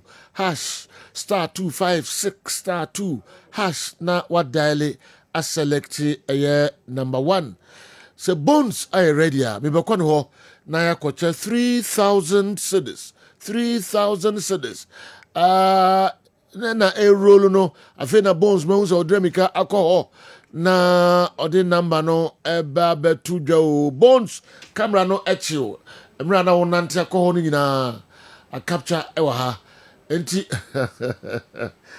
for 3,000 cities Emma obisisi ya mame. Sejo enipa e cobra o. Nipa e cobra. Said the Franco Nero person kika nsem bia. O yes o yi nsem bia afi no wo twe san no. Said the witness person oye no. Me yi nsem bi enche. Yan koni enfa 3,000 edi ho. Ni ruade enfa man ententem so na wey e ko Ghana hemfa na be oba anase bema. MTN users, Telecel users, Obia to me in gym, no Obia to me we need big. Magic down here, *256*2 hash. Why in the Sadia Yanko, why they win ye, 3,000 Ghana cedis. Kessben cash pot. Why lucky number in ye 0246 640 star 0246 640 star. So what number and I you know ya me say wa check here. Now one can say the one dance say Laka Roma Kessben passport 3,000 Ghana cedis has been sent or credited to your wallet. Say yo lucky number no and I you know no. Okay, all right. Yeah, so until we now toss some no, and I sakano and so ewa haro, and he no free 3,000 cities, and Jessica Kitwa Kra, and Jessica Kitwa Kra, and Newton Latte Marijata, Ebeshe, also over here in the game, no, and the Moon Sam Kakra. We know online so.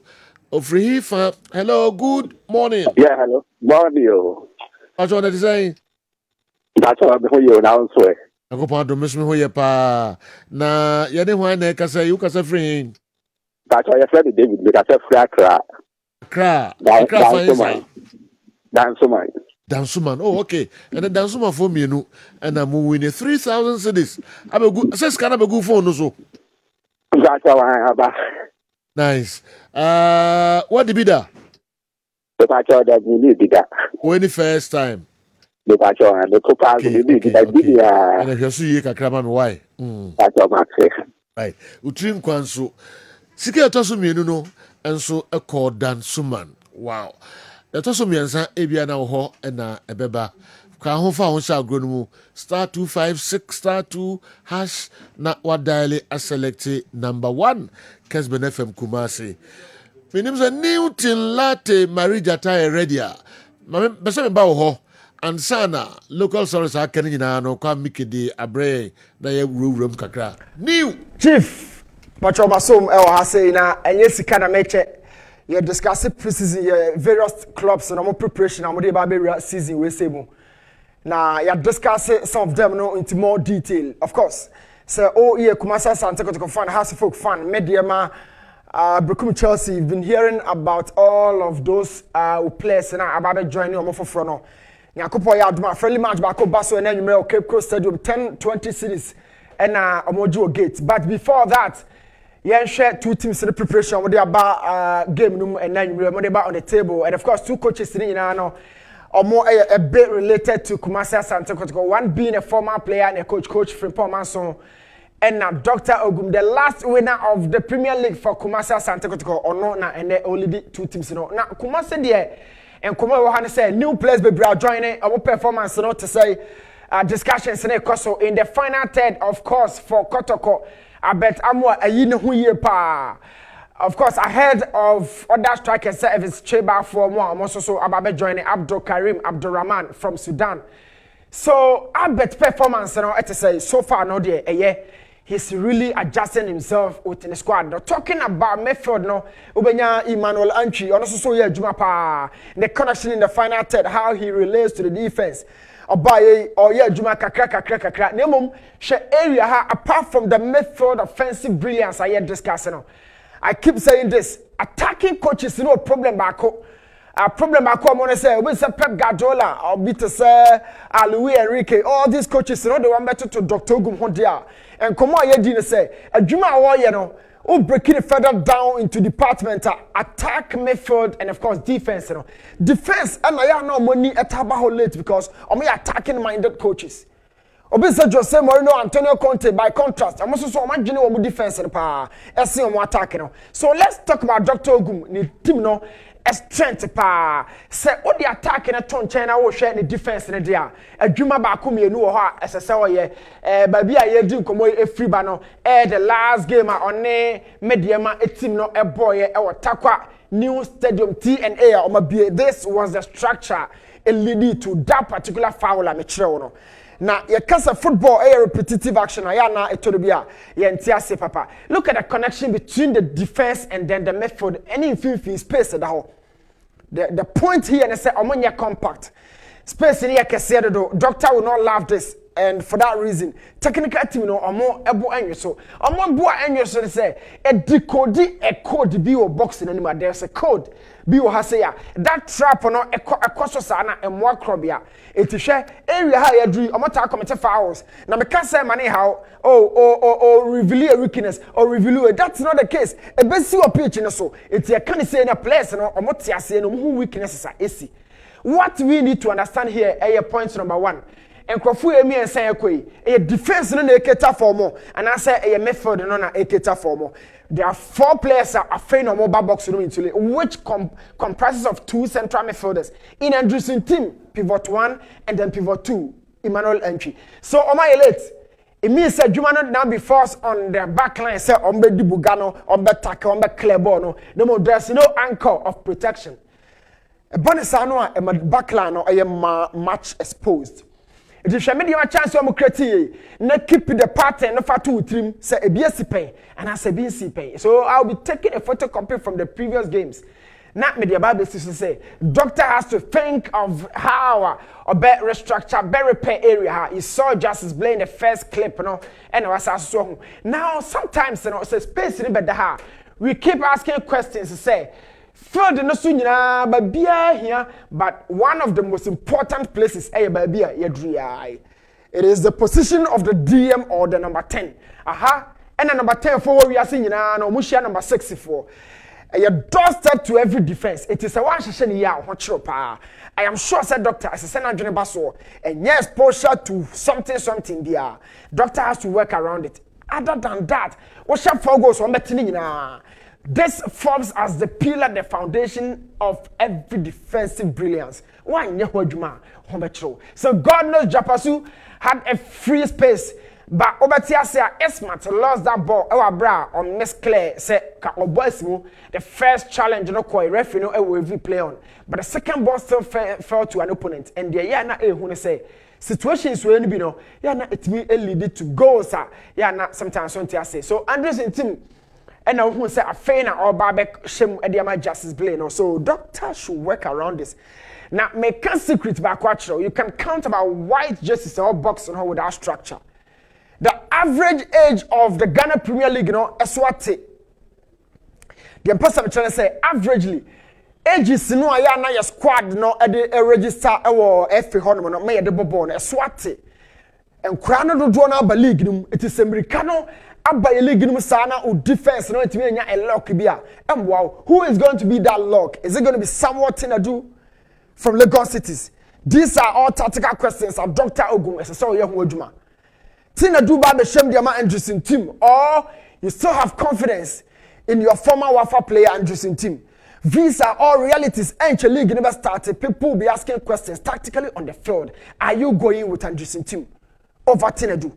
Who partners Emmanuel Entry? Only the Yehona Jinatum, ye 80 Hormone a seat, but who is going to be that partner? Obaji Justice BID, now the number 6, so especially having about some 3-4 central defenders or backline or Ablo, Samba, Heriansu, or the blame as also Ashemo Horma doctor or Obama Blay Abo position by O team.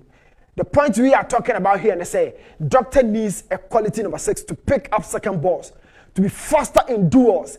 Now, Osha situation where you say this boy, it felt like Kote wa Clebono, but that led to the situation now. I didn't go nearby, Moving on, who says similar situations, and it's also see now one of the disadvantages of how situations where say BC Ayana a hard and say because last line on Ayana a year tackles in Intino. fouls be our committee be either say our box room or box room and I will commit that foul no. But then a midfield structure no, I get it just broken down entirely. How did that happen? Midfield and then I call off flat. Check how they've been connected. But born number move then two central defenders and so we deal with the situation. Nobody is exposing this. It will rather be fall on the team during the course of the season because league, you know, and crown more or checking Swatra game no more African and speed within the transitional processes, you know. Not a show Dreams Africa mukoye or transitions smooth. A Lions are shows you know. And I will take you back in a flashback. Share Sematex, high and answer sports complex. Similar situation of fouls. Then attack, you know, a koyana or a method follow, defense follow. Then they got no protection. So Shaya, there've been late tackles, there've been losses of second balls around the edge of the area. Sometimes defense, but why has always the back line or last line been caught in the situations like this? Midfield and no kohefa. Into my catcher say, oh, may a foul, and that's or inside or outside. You pick this and then you begin to find a good structure of your base. You know, the last line has always been cut. Or back line in here, attacking in your more. Where is the method? There's no protection. Nobody acts as the anchor. So, team now both friendly matches are some of the issues are tactically last season, you know, and no questions na bebusa. Oh, team no last season goalkeeper yet why no far no or adjust or the competition but all these questions you begin to ask yourself. Say, team no repair our training ground so and your best season no end show. Moving on to that same defensive priorities. Say the born back area how no more apart from the counter situations I are discussing now. Yeah, now organization be as soon has say. Now that organization now is down to many factors. It might be down to individual errors from the goalkeeping, lack of marking. Nina also issues to organization, awareness, concentration, all these put together and they show defensive brilliance. Now my attacking coaches there, but be imagining time corner area but doctor. Take a note of the things that do happen in your area because Osha Tangos, what we are telling you, there are a lot of things that do happen in the box that needs to be repaired. Say to me, repair no DNS in the start here. Oh, you can understand the fact that basic principles you know, these boys need to develop every angle of their game. So they be analyze your man, questions and bomb how you weak say. These guys and some way season back thick and fast.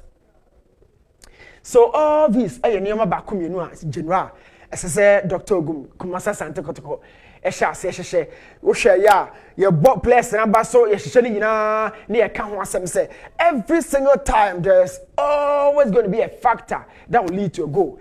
And either it comes up against an individual be or error within the box, you know. Or call for questions, so here competition will be all bono.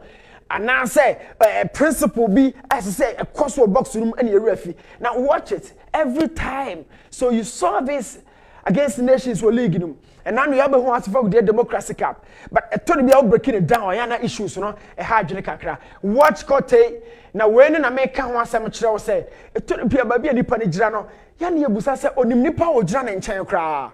That is Kote. Na nipa Kote Kwakujran in China, as a more boating of Asfo. And this one Kote in his stature. Then as a more boating, how dominant were you duelist in the air. Na Oma Kote Kojran in China, a coach in a so on one there's something lacking defensively. Oh, box room. So goalkeeper about organizing, so captain about organizing, Kote in Jan in China, impo. So be Jan in China, Ama or defend the area for. He moved away from him. Jan in China crowd, your bashan and I say, I maybe crowd want to be in a good connection, but he's left him. A couple maybe for Fredina. So far a clip from last season our share. Now we say, and then I made the share 2 different goals from crosses. Now the Aqua test league we say, no, we had this weakness. Now Katia ko chidia. Now we say na kote no or come speed about cha ni panel boxing no. Was this something to be talked about last season in Yankan Wasem? Or coach the kan. And nothing a lot amo abano were like a short distances of 2 meters. Na no dey can hardly as much as Bonye and Tonetino. But why Obabe foul without even going for the ball? But for way to trim, Namasa found coach. So some of the things that all share a repeating honor. It has a copy from the previous season if you move. So say a very repair with team no more. See a repair and just say, oh, it's a traffic kind of G players. So and the to me that is got a shorten some distances against a crowd Lions or league. So I can't game no one. On to me move away from that, on to me develop it. But first of all, what should be a quote free banner? Why has the guy always been starting the defensive transitions from midfield? It is share before even the ball was lost. But be a cottage, there was no way about me to recover. There are two players in I can watch them, the winger and the fullback. Should be a so as soon as when the ball was lost finally, there's a cottage not to be managed. These are all little details within the defensive structure of Kumasi Asante Kotoko. From last season, and on it was like medium or they box watch the pattern. Why has the guy always been late? Now here fan Woko. In the final third, no corner say because break that game down. Assist to no call deba. Now crosses a chances say creative from the offensive game no. But why has the guy always been late? Sometimes it will say a lot of critical tactical questions. Say, oh share Kotoko backline one.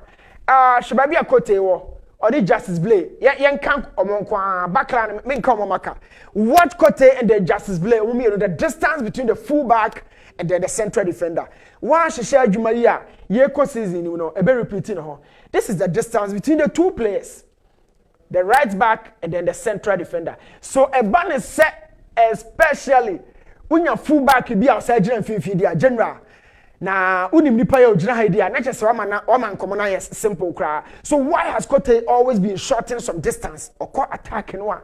The BIOD attack and each one neighbor. You saw that in the media game, the Oko Chika Krabi in a flashback, just to get your attention on the fact, say, and nothing a lot, so Blade, you're back to convert the left central, and then there's always a chance for the opponent. Feina Kote Yababe drew. You saw that in the media game, and then you Obama drew a cry tackle. So in that department, Lord brings a lot of competition on the other flank. Patrick Asiedu at the competition. So Ebebre is smart because media busa a lot of questions from Ismat. Say the rule of Baba here it has to be done against a very competitive side. Until the pressure Baba is smart. So going on to Bibiani Gold Stars team, coach from Paul Manso himself has a huge task. As I said, from before starting season year, first 8 games, they were the best defensive side, conceding some just 2 goals. Okay, Emmanuel Kobe, our team, Ernest Nwankurina, all these guys were in Jade Saka down there. Emmanuel Ankra, Kevin Opon partnership was solid for the coach. Yeah, who do you see on the field there? It was successful, but off the field there were issues to be talked about. Oh, Coach Bettina, irrespective of the job, Coach left. After about 4 Adriana game, commenting in Brazil, and then Okolusu or game no Kose. Finally, Coach departed from Sunyane, and then Ghost Stars picked it. So, welcome to Dance Park, Coach for Pomason. Now, problems I know will be beginning to say. The defensive structure never existed. Even though Bettina kind of fact say, someone of Falco has spoke, he was present. And Pim Da Costa, he was present at that time. Both players have left. Now, Vincent Atinga, Michael Anaba recently recruited youngster from last 2 seasons. Or knocked on a check. He really penetrated under coach from Manson. On any Vincent Atinga partnership, and that of Akin to Nuruddin Abdullah of Mediama and Vincent Atinga partnership. In fact, Nasser Joe was in love with that partnership because of Nuruddin. And the blend with the senior colleague, something similar is happening in BBN. Michael Anaba is a youngster. And I'm going to Vincent Atinga left back, or die, echo, or moving on. But the most creeping problem in the team happens to be that of the midfield. And yet quantity, but balance and dynamism. This is Vincent Atinga. A well-traveled man on an one got accumulated a lot of experiences. Now, Ode Abdullah partner, not just when you're smooth partnership for media for both domestic duties in Africa, no, Omoya Jumapa. And our baby Bibiani Stars, and Bibiani Stars problem the Dawson. Now, Metako, Team Biabashisha, we are and you still need to have a solid resolute defense. This I watch 10, you better 10 in we should 2, you better 2. No, that is why for some coaches they make it a point say, and you show one and I'm a koto lokunum, me musa. And then for Pep Guardiola, deeply inclined attacking coaches in a say, I have to score more. A very contrast concept. Now, all can be in common idea. They always had a team one a vouch in a very typical 4-3-3. Your Diami Bonidino, Yaya Dramani, and Pem da Costa, Samuel Mofa. So this partnership, or say from out to you, actually, the weaknesses back where I had to say sometimes Sabana Henina Airbo Sixer. Every time Bibiani goes and loses the ball around the zone. Almost like an 80% chance the opponent will go. So you go back into Kotoko hosting Bibiani Go Stars. Oh, Baba Yara, Safutela go no. Or Jire Banahini J ball no pejanity. Na commentators and I started almost screaming wide. So this area was the major problem for Bibiani Go Stars last season. I mean the defensive midfieldship on the ball. Banahini is one of the best in the league. Only were best from Ashgo to Dia. I mean, only player make kind of but we keep saying, say, when you do ni cry, so we talk about Modric, Casemiro, and then Cruz. Playmaking and then play breaking. They break the opposition's transition. So, Banahini crab ball say, go stars lusu ball. Now, it's an empty structure. Let's go there and see some of the clips. Where a Sakarada let team before last season. No, I'm host to be go stars or say and domino. We've already spoken a lot about the structure and how goalkeeping no baby issue. Okay, could see be considered 5 goals under the far light. These are all previous games between the two clubs in Eddie home come. So I say out there, good goalkeeper from RTU now Tamale City, but last season Semen can adaptation will be any pressure no war I say also. Little errors, erroneous passes in the defensive third. Na chances na there go starts the more position at the more Sir Franco. Yeah, the chances in man for. But Coach Michael Osei came under a lot of pressure. So Osha at the time Stars I consider a chance like this. You almost can count almost the entire squad in the box. Yet gave her this chance. Obia wa chirabi. Mayoka ni Real Madrid. Obia wa chirabi. Mayoka the end chance in him. A kwabia ni baby by the end kwandem pa. Generally, and the quantum pa. So Gold Stars really couldn't create a defensive structure. But stay in the top 4. It was a major issue under Coach Michael Osei. Even after he left, Coach from Pamason Bayano, this problem still prevailed. And no, and we go Subobo hoping say. Obetimi Arusafo squad, no, some of the members, especially Frank Amankwa Bamu latter stages of the season, Jumapa. In fact, second round, and that is Saka Dauda, brilliant player. We get doctor say on fan ram box no more. On money for channel, but that's not the point. So Gold Stars really struggled set. Obetimi a goalkeeper. Joba Elha no Ababa Debbie, or say Elha no Ababa Debbie, Kusi no Ababa Debbie. In a season, over to the Gold Star situation at the house of no keeper gave her confidence. Now the lack of structure never come on there. The Gold Stars stay in the top 4 now. Is so fragile. Our chances were so minimal. Say, I mean, watch this defensive structure. Yes, a Joe chance in here. Ben Young had absolute world at his feet. Say, on the ball back to net. Gold Stars, your defense now last season you did league nanyo. So this is Ben York. Oh, everybody is off. Chance in you, Sergio Chance back up. And this is Gold Stars defense, Now some of the expectations from the beginning say, Coach Philip Manson, I fix this. This is an embarrassing moment, especially for a coach here or defining a style, a career by the DM role. Coach performance for boss central defense with superb ability. Coach defense in you. Everybody say no as I saw here Juma. Na Crumbia was speed attackers. Ever say me dear one group papa. Na Ben York they went me and the Gold Stars one group. Pia ball no so e do ko ball chance we say e do twetwe here.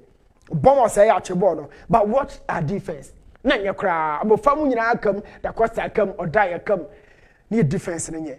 Crop be able to take advantage because almost superb attackers. The problem no sometimes say you say was it say nipa ni extra the nipa ho no 2 ampa. But where was our defensive midfielder? Is the point. Frank Amankwa between ya Jumani de Makoy from Pomanso.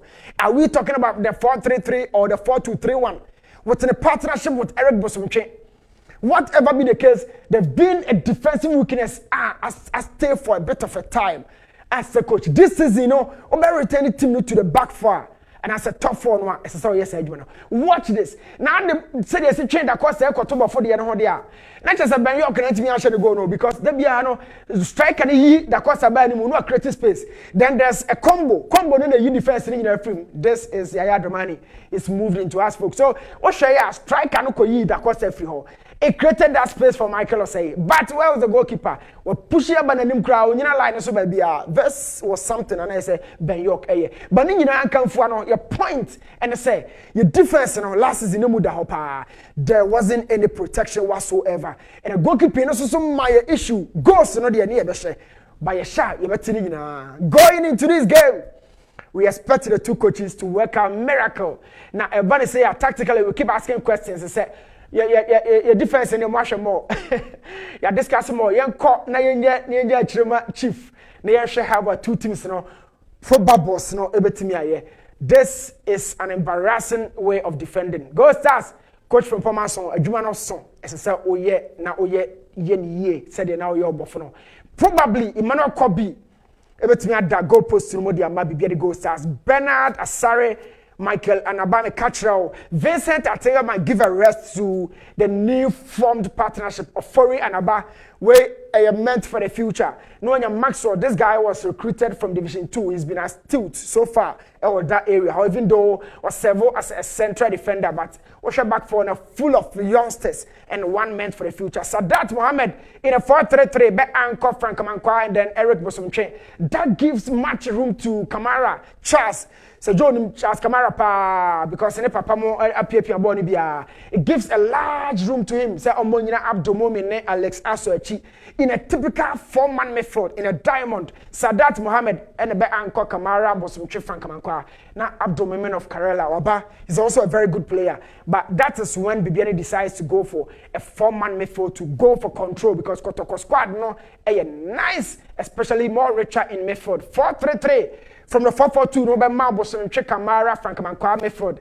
That sends Sadat Mohammed to the bench, but back four no, may maintain it with Emmanuel Kobe. In the final third, Ronald from Paul, very experienced guy from RTU, Abdul Moment and Alessaso will be pushed wide in the right channel. So, two problems, so no, from coach from Pomanson, I assume for Kumasi Sante Kotoko Patrick Asedu, expectedly betting about left back about the supporting or Lord Amwa. Somebody a block partnership from people want to see it.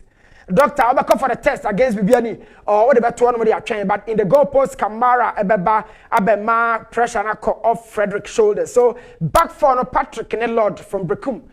Everything 15, Abo Eddie, a support to somebody a blow. Tinadu, entry, Yaya looks to be a three-man method that Doctor will pass so far with Saka down the Peter. And Albert our top. This is Doctor, the most consistent players I will use to in this shape. Not just say, or more tabo mo pano. We got any smart time. I see do Lord Ababe Shemudia, or be our biano, or tabo pa, and a camera near blosso so ababishim. But getting close to the method attack there, he's been very consistent. But Doctor can alternatively go for another shape with Tinadu and then entry. And no bema entry, an orthodox 8 to say the Gerard or you be bia or field in the subi.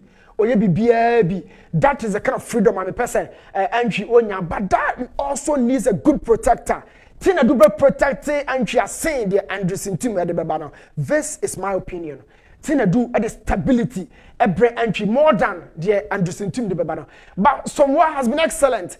I think he's been knocking professionals number, but someone has been also been knocking me person or call Saka back Babaya Yaho.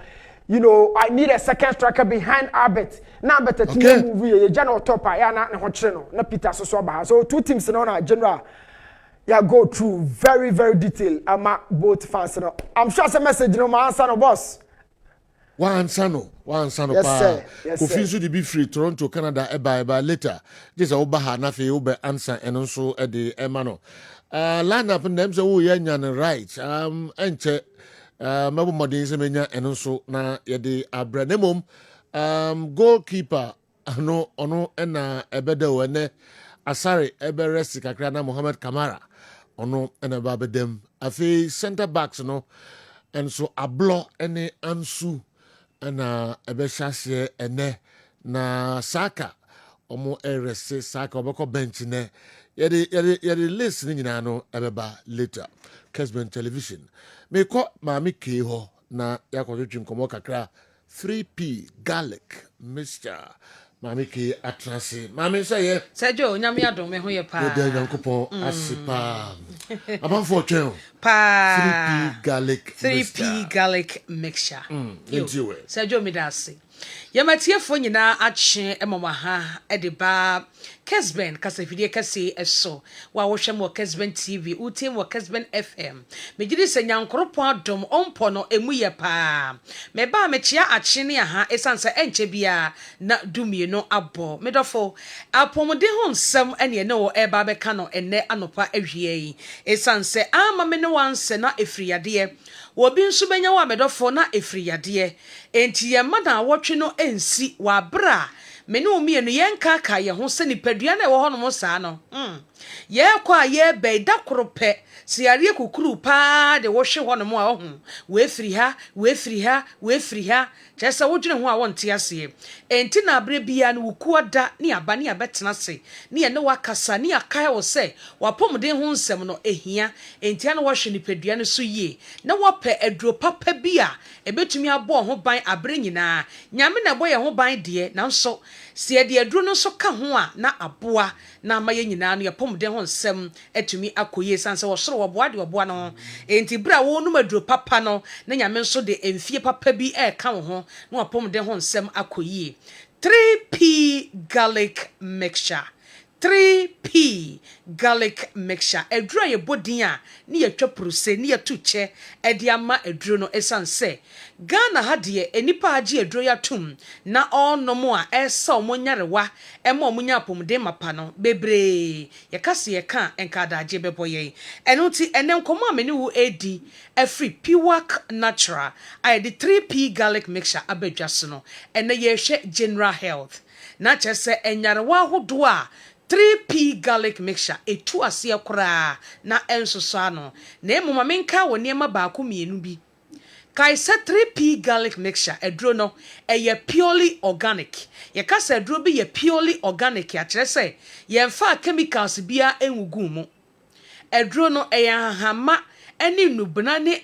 enuaba ye de ye no eye saa pepepe ne echinsam ede egu konkomu anase etuo mu a ye de aba abontema wo numbie afe 3p garlic mixture ensuo nim edro e mixture nso ensuo nim nwanwa pa ye mfansi jaso nso enwan enti edro no eye special vitamin C so ewom a wonom a eboaw em wapom de ho nsem won kasa ne wonompe no nipadua no eye kama shosho fefefe esiesie ema wo ye obasima be ma ema wo ye be ma mu ema ne manyina ekoyie edema kai se edro no ewotoam ehwe a ebo enti uto anu wasom yie ena 3p garlic mixture so box na ehim no ena wo hwe no TV no so no yellow and green ena ya draw garlic kokko ede ato ho enti ukotobia sa pepepe ena tie wo bie so a edro no ewotoam na wasom yie gie number na frɛ doctor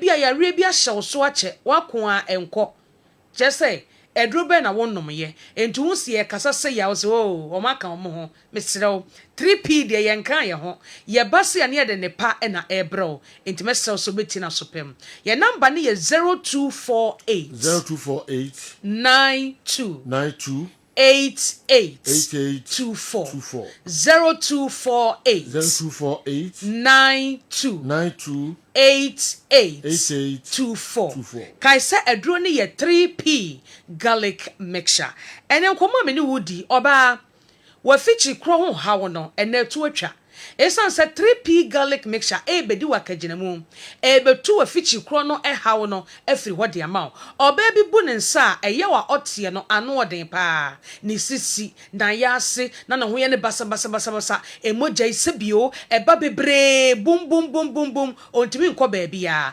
P3P garlic mixture nom ebesiesi we fichi kro no eni kwa so oba fichi kro no se ehya se eba eni kwa se ba bebre eni kwa se yeketua bi nso ewo se eye adantemo de broni beka se intermediate ana medium eye nkakra se be ya emfa ni subirie enkobrɛw emfa eye obi enkobrɛw ka hu so oba ewo so fichi kro ho nsɛm ehiaw esan se wafichi kro ho nsɛm enkoyi a awo ho kra betima ye den de amount oba de enka wubu nsa ewo se esisi so pepepepepepe senka ebia Augusti eba 15th Augustia ewo se yesi next month mu a eba 15th pepepe anebia broso aba ko pebi aneso ate ba ko pebi eni kwa se eye bebre oba se o menses no esisi so 15th for 15th anebia 16th ana 17th a eboa ema se wa warrior ema awo etumi ba abra woni problem bia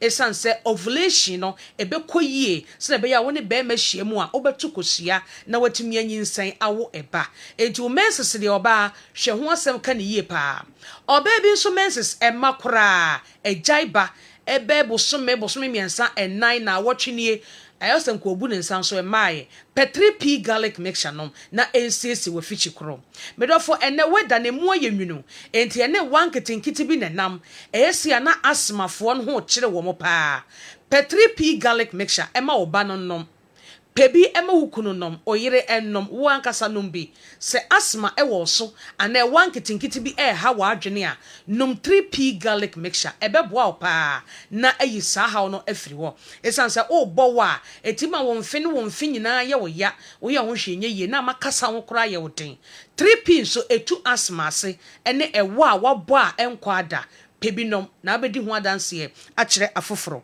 afemi kase obi wo nso so akọ hospital doctor se wanya pressure yesi wanya diabetes ye de ho nkoma eye 3P garlic mixture eduro kese a etu ase ene ewo kurum ha medofo ye ka ne se wunhu this what aduro ni bi na waso ahwe ye number ni ene ye ni nkomo e bi ameka sei wonsa aye utitiriti wonna ye si form emu twetwen wo ye basa wo ye ade kakra bi na wabre ase wa ye memre ene ye ni nkomo na doctor beboa wo ekwan ya befa so abenum 3P garlic mixture na atu ha na se no enu be kasa abotremu odokwan so ne ya boa amaduro no otimi aboa wo ama apomden SCP esita ya number ne ye 0248 8824 kaisa aduro ne ye 3P garlic mixture bema jonso ho ye den dia ma wo jonso na bema no emu ye wo ya na emu hyehyew jonso timi de wanso be chim adjonso ne ma mesre o hweyie ene amfa wo roba nkoto bemem hweyie ene bia o prostate no ana wo jonso twa no problem bi ankoba ho abra wo hya ase hu saade no nom 3P garlic mixture sa ye muo bi kura na sa infection bi ena nipadua ni makọ odwonso twene mu a wonum 3P no ebe mu adwonso pa na a flash mu ni nyina agu abonten ahyo mase se na ebe ya dabi enkotwa wawo amonamono se wo ye beema se ebe ya dabi yemfa roba enkoto beemem na aboa amanema akoyie ediama wo hwem wo Kessben TV a ye numbers no enegu TV no so no frey na doctor enu enim komo afobi nso ho no wa ye kese ama aboro P3P garlic mixture nom na enna ne srade no se na be ya abrebia no obeye fit na watimi adi akoniaba obi nante ko ha ne ha na wabre ontimi nante kese ewo se utimi nante na wo ye active na emoja dumu afru sane ye 3P ene betumi aboa ayi saha no afri ho amount memo yare so a eno chese 3P garlic mixture entumi mwa usisi wo ya ade kaka na so wani subrew na sa wo ye atwa ahwe 3P garlic mixture ebeboa opa obi nso so ho no mo a na se ne ntini mu twetwe no wo to asi atwenwa na asa de wo tena form by force P3P garlic mixture nom na enyiyi wo ntini mu efin eni moja bia ne sade bia da wo ntini mu na aboa amabre bia no watumi adi akoniaba wuti na airpie wo bebrebe na eja woni subiriye no pressure etumi ye usa ye number ni bread ye nkomo twetwe no AC no 3P garlic mixture ye number ni 0248 92 8824 uwo kumasi abora kolena keba dani heba Criske Herba, Ubenya 3P garlic mixture. Ho Fonko Albert Sam, Takrade AA Mensa, Koforidia Gabson Pharmacy, Mumoni Away Enterprise, Wa, Yenekati Rani Dunshenimo, Wafa Kwajo Herba, Temale, Bebia Electromat and Wanoa, Ubenya Biwo, Madina So Health Alert Clinic, Ekus Pharmacy, Ashaman, King's Walk, Kov Sam, and Angel Herba, Accra Okanshi. What dear baby, I would see no Ghana ha baby. Yeto bibidro ewo honko a kohoko busa pharmacy shop kohoko busa say ope 3P garlic mixture ye beyi bidi amount number ni 0248 92 8824 Fred Doctor sisi a obefa phone no na wonu adi nkomo afu apomuden ho nyankopon ya adumada sene ye no be say di hia mami ke ye bedase dasene ye be sign ne assign ehia biom 3P garlic mixture and mami ke de ho nkomo hwam enso abre mo friend numbers no na money omo eni nkomo garlic mixture no enye asam ketu akra kan bi hwe fa bi so ano hwe na obedi adanse Sir Franco Naro saying Arsenal will win this year's Premier League. Oh, wonders shall never end. Sir Franco Naro, I support you.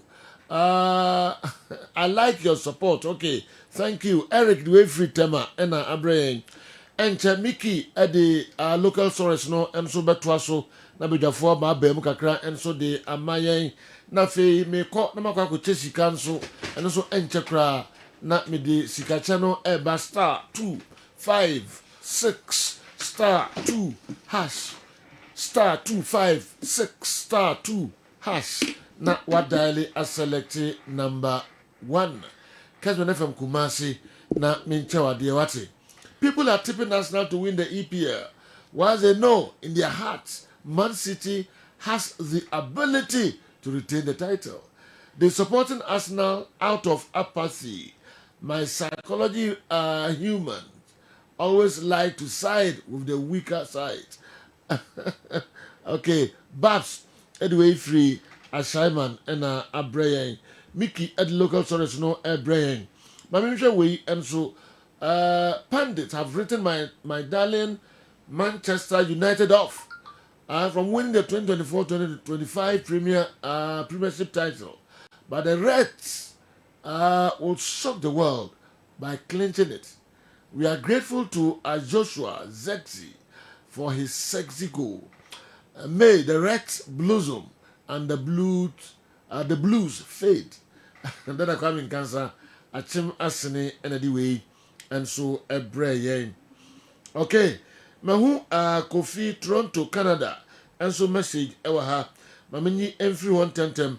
Or say, you kindly see if Newton can help me know why Amankona couldn't fit into Coach Ogum's tactics and game plan. But at Brekum Chelsea, he's a gem and even won the Gold King title. Okay, is it because of the position or role Ogum gave him, or what? The Kofi way, a free Toronto, and so Abraham and no. All right, now, General. Now. And also, we interested in local sources. The quite big inform idea, but mostly is on NAC. Okay. Sorry, GBC. And minister no, and send some the $3.6 million on the All African Games coverage. Okay. And run somewhere about Bontene. I think say.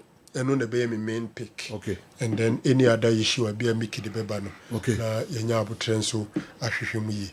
All right. So on your ready na in role so dia. Okay. That could see baby I will be a Mamencha also. I mean say town. Kumasa Santi ko matches pa na wo ha. Uni actually everyone pa. Okay. Me nyenya say line up no nya em my dey ba unra wo hwe omo train na omo ye ya. Na Mohamed Kamara no and the better post no emu na Lordamo ane Patrick Sedu almost afa backs no full backs no as omo man feature ewo omo anhye ye medium game ras no na omo na e chase ne nti Mohamed Kamara Lordamo Patrick Asiedu, Henry Ansu, and Ablo, and FA centre backs, na Tenedu, Bernard Somwa, Che Jamana, Inti Manu, Babayaya, and Abdul Karim. I see. Inti na and so and Kamara Mohammed, Lord Amwa, Patrick Asiedu, Henry Ansu, Ablo, Tenedu, Bernard Somwa, Che Jamana, Inti Manu, Babayaya, and Abdul Karim. Almost the free training ground to know likely. So I'm gonna be shasi amakumasi asante kotoko. Now, Yanke Jangumwe. Yeah. All right. Okay. My name send your pages mobile me coordinating with me. But then generally you say where kaya enrana public accounts committee. Say omaimu your committee bi ohonoma wona wo ya abadwuma na aban sika fa omo nsema na omutimi de aban sika di adwuma no omudwumadi no se duru ba bi na eyade a mpanyimfo nya ntetie bi na omfo say is of public interest a omoto omo nsafre omo na omudwumadi omudi no mabebu mu akonta. Okay. Na enra no na ye National Sports Authority. Any NYA National Youth Authority. Na omumi enu nyina no ba under Ministry of Youth and Sports. Okay. Into omo na ya from ewo Public Accounts Committee.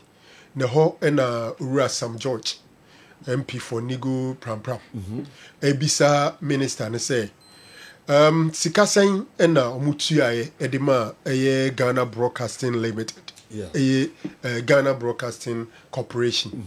Na eno na minister ne de to do say over $3 million. So no already. That's right. Especially we crowd on. Okay. In the Honorable Sam George in Sma Obusa a minister and a minister near no. Moment tea hokakra and sana ya twaso. Kessben television and when you go away. Which Muma tea hokakra and sana. The Obiano, the sign at the and also Abacao at the Mamo. All right. Yes, Sam George. You had an arrangement with GBC to cover the All Africa Games, right? Can you share with this committee how much that coverage was for and whether payment has been made for same? Yes, GBC was the official broadcaster for the African Games, the 13th African Games, and I can confirm that full payment have made to GBC. Do you have per chance what the amount was? I can't recall the exact amount, but I know that it's in the excess of $3 million US dollars. You paid GBC yes. in excess of $3 million US dollars for coverage of the All Africa Games. Yes. Chairman, I think that I would rest here and maybe the next time GBC appears before us, because most of the technicians who worked on the All Africa Games have still not been paid. And so we wanted to ascertain if you have paid and how much has been paid. Chairman, I'm grateful. The benefit. Oh, okay. Until now the course I don't know. Now. Yeah, to we na Professor Amin Al-Hassan, or Director General Ghana Broadcasting Corporation. And they be two bia sen semna minister di two bia no ni hu adwini papa. Em say prof enso so video no one say nke be boy no so dey ato so dey am. Of those who were shocked to learn that the Minister of Youth and Sports said that they have paid GBC in excess of $3 million US dollars. And I want to assure every Ghanaian and the public that GBC's total benefit from the African Games was $105,000 US dollars equivalent. Nothing more was paid as a benefit to GBC.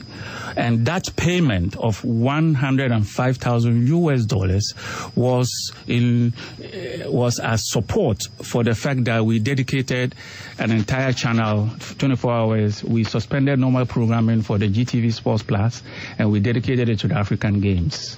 And for our role as the official broadcaster, that is what the Ghana Broadcasting Corporation was paid, and not in excess of $3 million.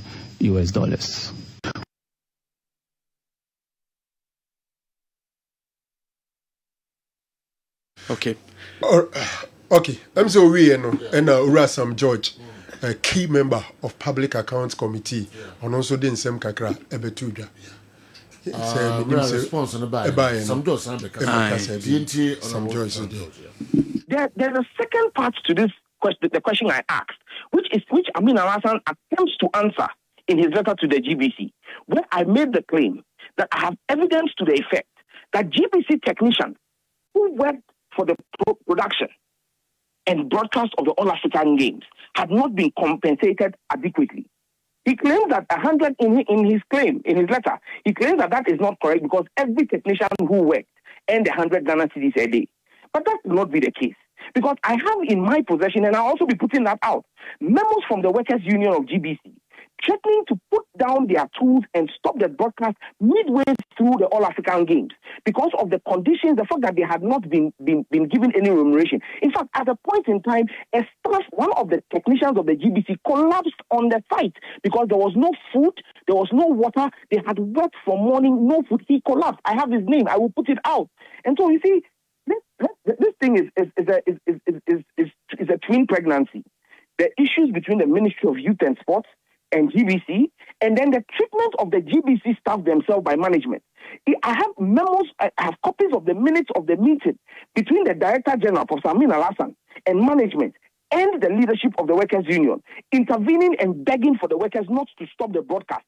So there are issues that we will interrogate. When we are done discussing the money matters, even if it was $105,000 that was paid, we need to now understand from GBC how that money was disbursed and who got what and how it was paid. Because we are told that foreign broadcasters who came through the same GBC were paid 1,000 Ghana cedis a day as stipend. So why were the Ghanaian staff of GBC paid 100 Ghana cedis?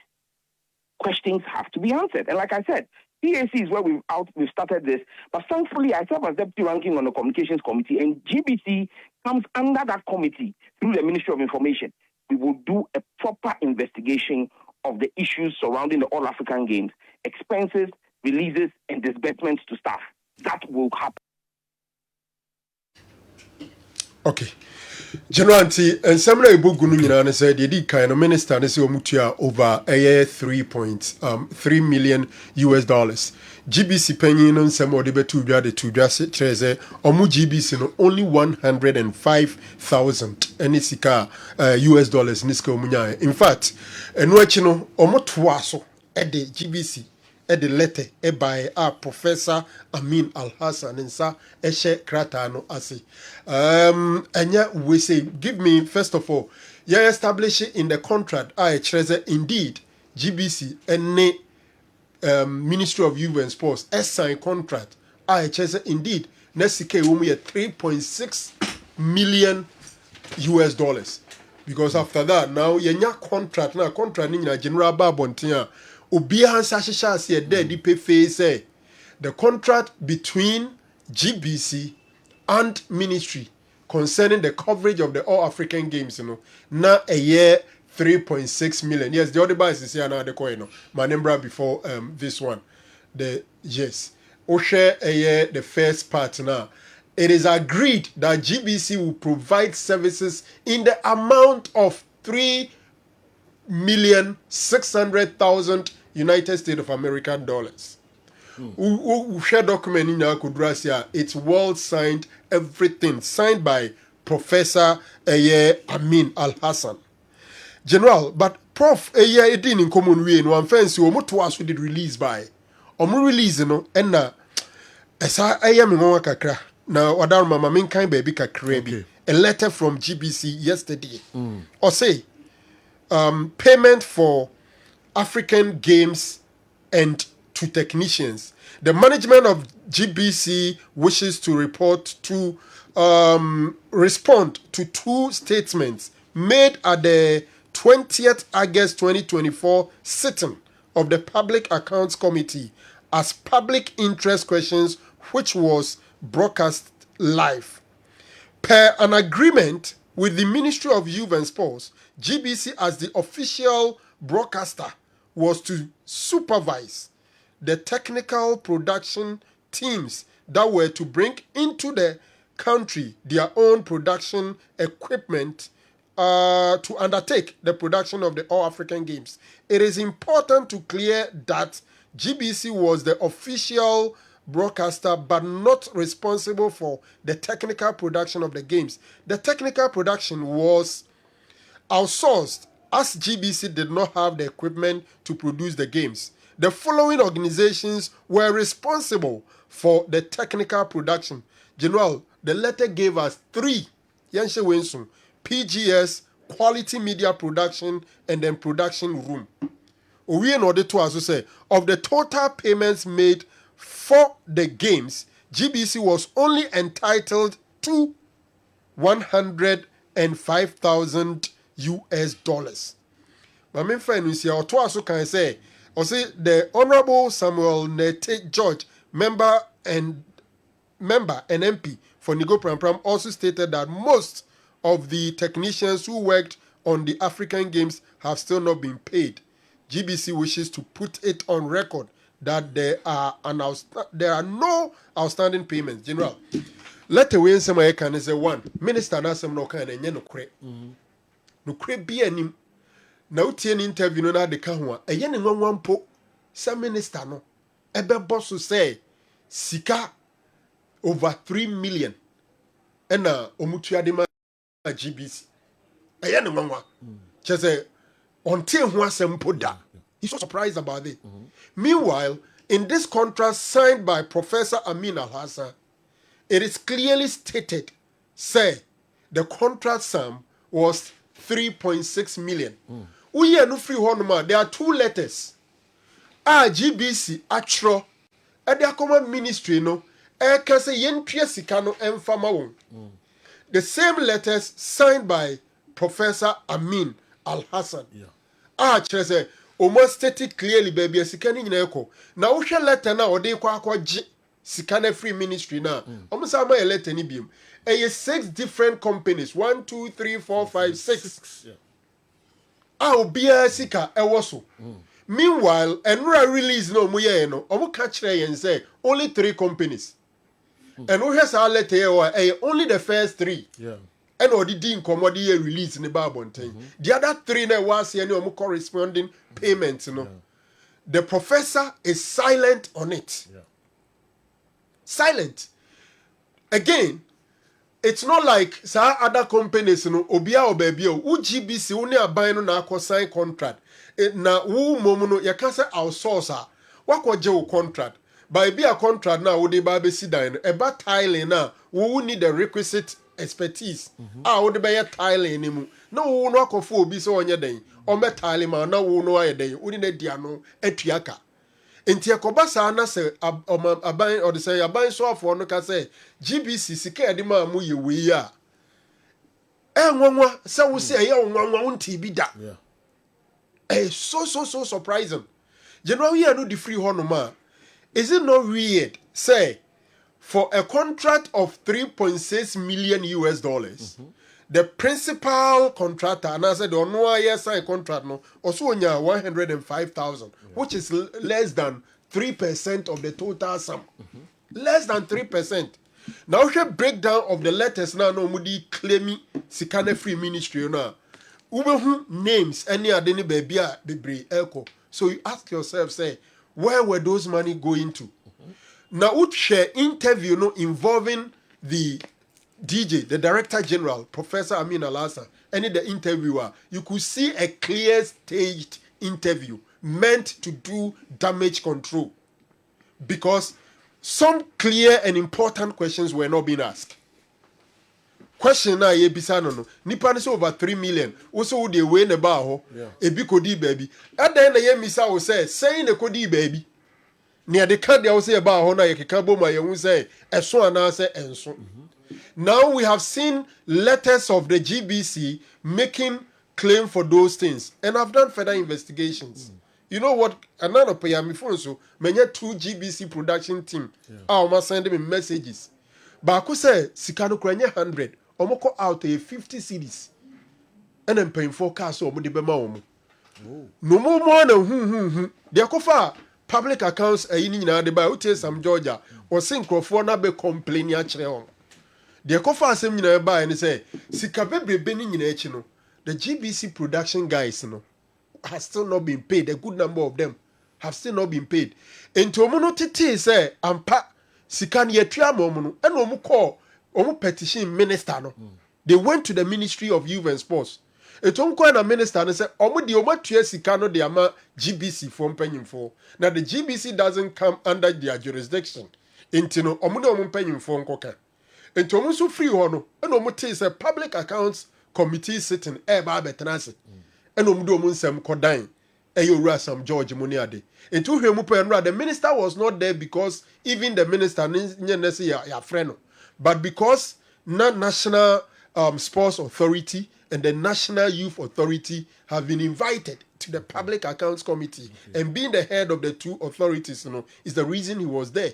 And omubisa no kan sika omutua de ma GBC as whether says sika na omutua and edoso and also omuyi de no. I'm sure we have not gone into that for now, but there nwanwa and he say the director general of GBC ebetima ka kire wiase nyina say eye ne nwanwa pa say papa no beka say sika we because yem fa ne say ampa ne ampa sika no de aka ni nyina no kodidi baby but una wo sign contract enti sika say sika na wo yetua mawa keni kwanza okasa eyo nwanwa de obetuma kan so eyo no kre 3.6 nemum de ba ye ho ana ye de no eno ni we de aka no kokọ baabi ebi mpo a wo baabi eyo obi contract asem ntika me mpesa me de betudwa but it's like he's not even heard that figure before was uncle for no ministry tua omoka through you the money you wrote to demand the money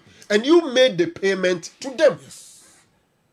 One listing wa ha one kasa won shase one listing yes yeah mo 2,056,534 euro quality media productions SL mo 1 million euro $1 million I feel the production room TPR mo $57,030 mo Silicon Productions USD dollars $165,000 GBC 24-hour African Games channel support $105,000 and some positive communications more $20,000 one kasa Professor Amin Alasan what on such a we now say our true assigned you've written this and signed and you say you are shocked you are surprised your boss says is it not amazing? It's amazing. Sam George and we are agreeing say GBC ought to be investigated. As I say, you share one seminim. As I say, you share one semu. A big crab a grandma corrents and fufu. Because we trace a fear or no. Perio is being questioned. Why are you shocked? When you have written these letters, when you have signed a contract. 2, 1 assign you been assign you. 2, 1 kasa no watchako claiming, and I'm told the ministry have invoices. And ye bisa say, and it's our payment here can records ni ho. And I'm asking myself, these are things that are very easy to verify because these payments will be done through banks or through means that are verifiable. Okay. And honestly, I'm also amazed. I'm amazed. Say, Papa ni to me a year no sir. General, mama for the minister that time. Uncle, say assembly na butre no. A liar. Assembly na butre. Ah, na ya kano. Yes. It is because minister Nico State is on my GBC in excess of $3 million. And while quickly no bad one say, and then credit. Scam with the money 105,000. A bassa, some minister a liar. Oh, a liar. That you've sold the minister. You sold him out. Because who know to scanimao, and no more so say at the end of the mao. Now the hard drain is a Sicano has been paid to you, yet and Quadana Quabon Tinico Gene we are so a team fifrino. Omudians and Fama. So about Montiana James Ubia, Omunubiaka. General. So wow baba uni site no. Omo bokoyato. In fact, Enra omu ye meeting GBC with the production team staff. Omo bon kwada ni piano and they should be careful. Wow. It's so unfair. Yeah, about production team now, these are young guys trying to make it. And Obefaka could dream diwechi. 100 cities no more cano. 2 people are telling me if they are lying, fine. Say it was rather 50 cities per day. And then say the mom. I don't know, so below or more different categories, be a seniors, and 100. I say Professor Amin Al Hassan. Oh, he has to come out again. You know, and when we are as we invite you. And Temkra, bombarding with questions. And Temkra, or answer. And Temkra. You go Wajatum. 3.6 million. So Wajatum. I've heard of no. Onyitum. Into or these are listening to Goman German. Onyitum. Oh, so Obeka and Krata when Babo and Trumpy BMO. What I say? Miss Krata and Wajatum. Onyitum. Okay. Ebiana will be now faking the signature. Oh, okay. Did not sign. Ebiana on the sign. All right. Seriously, Prof. Ghana for Ken. As a source of Barbon team view. Yes. As a Prof. Barbon team view. Now, Obechrim in the face of the new evidence coming up. Sure. Prof would have to come out. And luckily, a whole GBC show sent baby I'll be fiber out there very easy. So, okay. Yan fangon ko ha in him saying many we penifo tun safreno na campaign for be friend kra nanka prof asaya another press conference. Yes. Prof from Abontin but this kwa miki abo du menu apa onsima aduonu enko ni dan dia ka no ama na fi o the local source no enso aka ho ama Doris Braku Jima and your birthday. Young wish Doris happy birthday. Doris 41 for you now. Some so happy birthday. Teach you Kofi Body. Now one casa brother couple war London say and your bushing na say you know na young wish so happy birthday. Yes, Doris, I don't know. And then some baby can you bad 41 for the camel. All right, come Mickey. My mother why nothing you should already but before so bad 41 for WhatsApp videos can create nothing and twaso. Okay. Sergio, good morning. I don't know pay na ya sa ko to no wadi ahia no. Me bra agoti so na bo akira waje ni buru na asan support papa ba akopɛ. Na ha minu so na bom akira no Sergio waje na bra ga ba ni frugu dia oboa no miri ono. Na Sergio anopai de so wo hwese ne yesi de ahia dia na league ya stati. Na ano asna koyi me bra wasere me sa man kaje se Chelsea still vim ebefa. Na me ya dum na brebre nya Victor Osimhen be gyan animu a Bogo no ham found sound. Sergio. Na Sergio has a full grown, a bay ye. Bibia by your fine. A friend and paying for your house of folk na Sergio. A bay your young coupon your man of pay. Yet I say. Sergio, the person we bisa say Shokan Mohammed. And no cross the issue now or they call prayer status no. Or dinkunim. Enunti. Oba besani edema kotoko ana.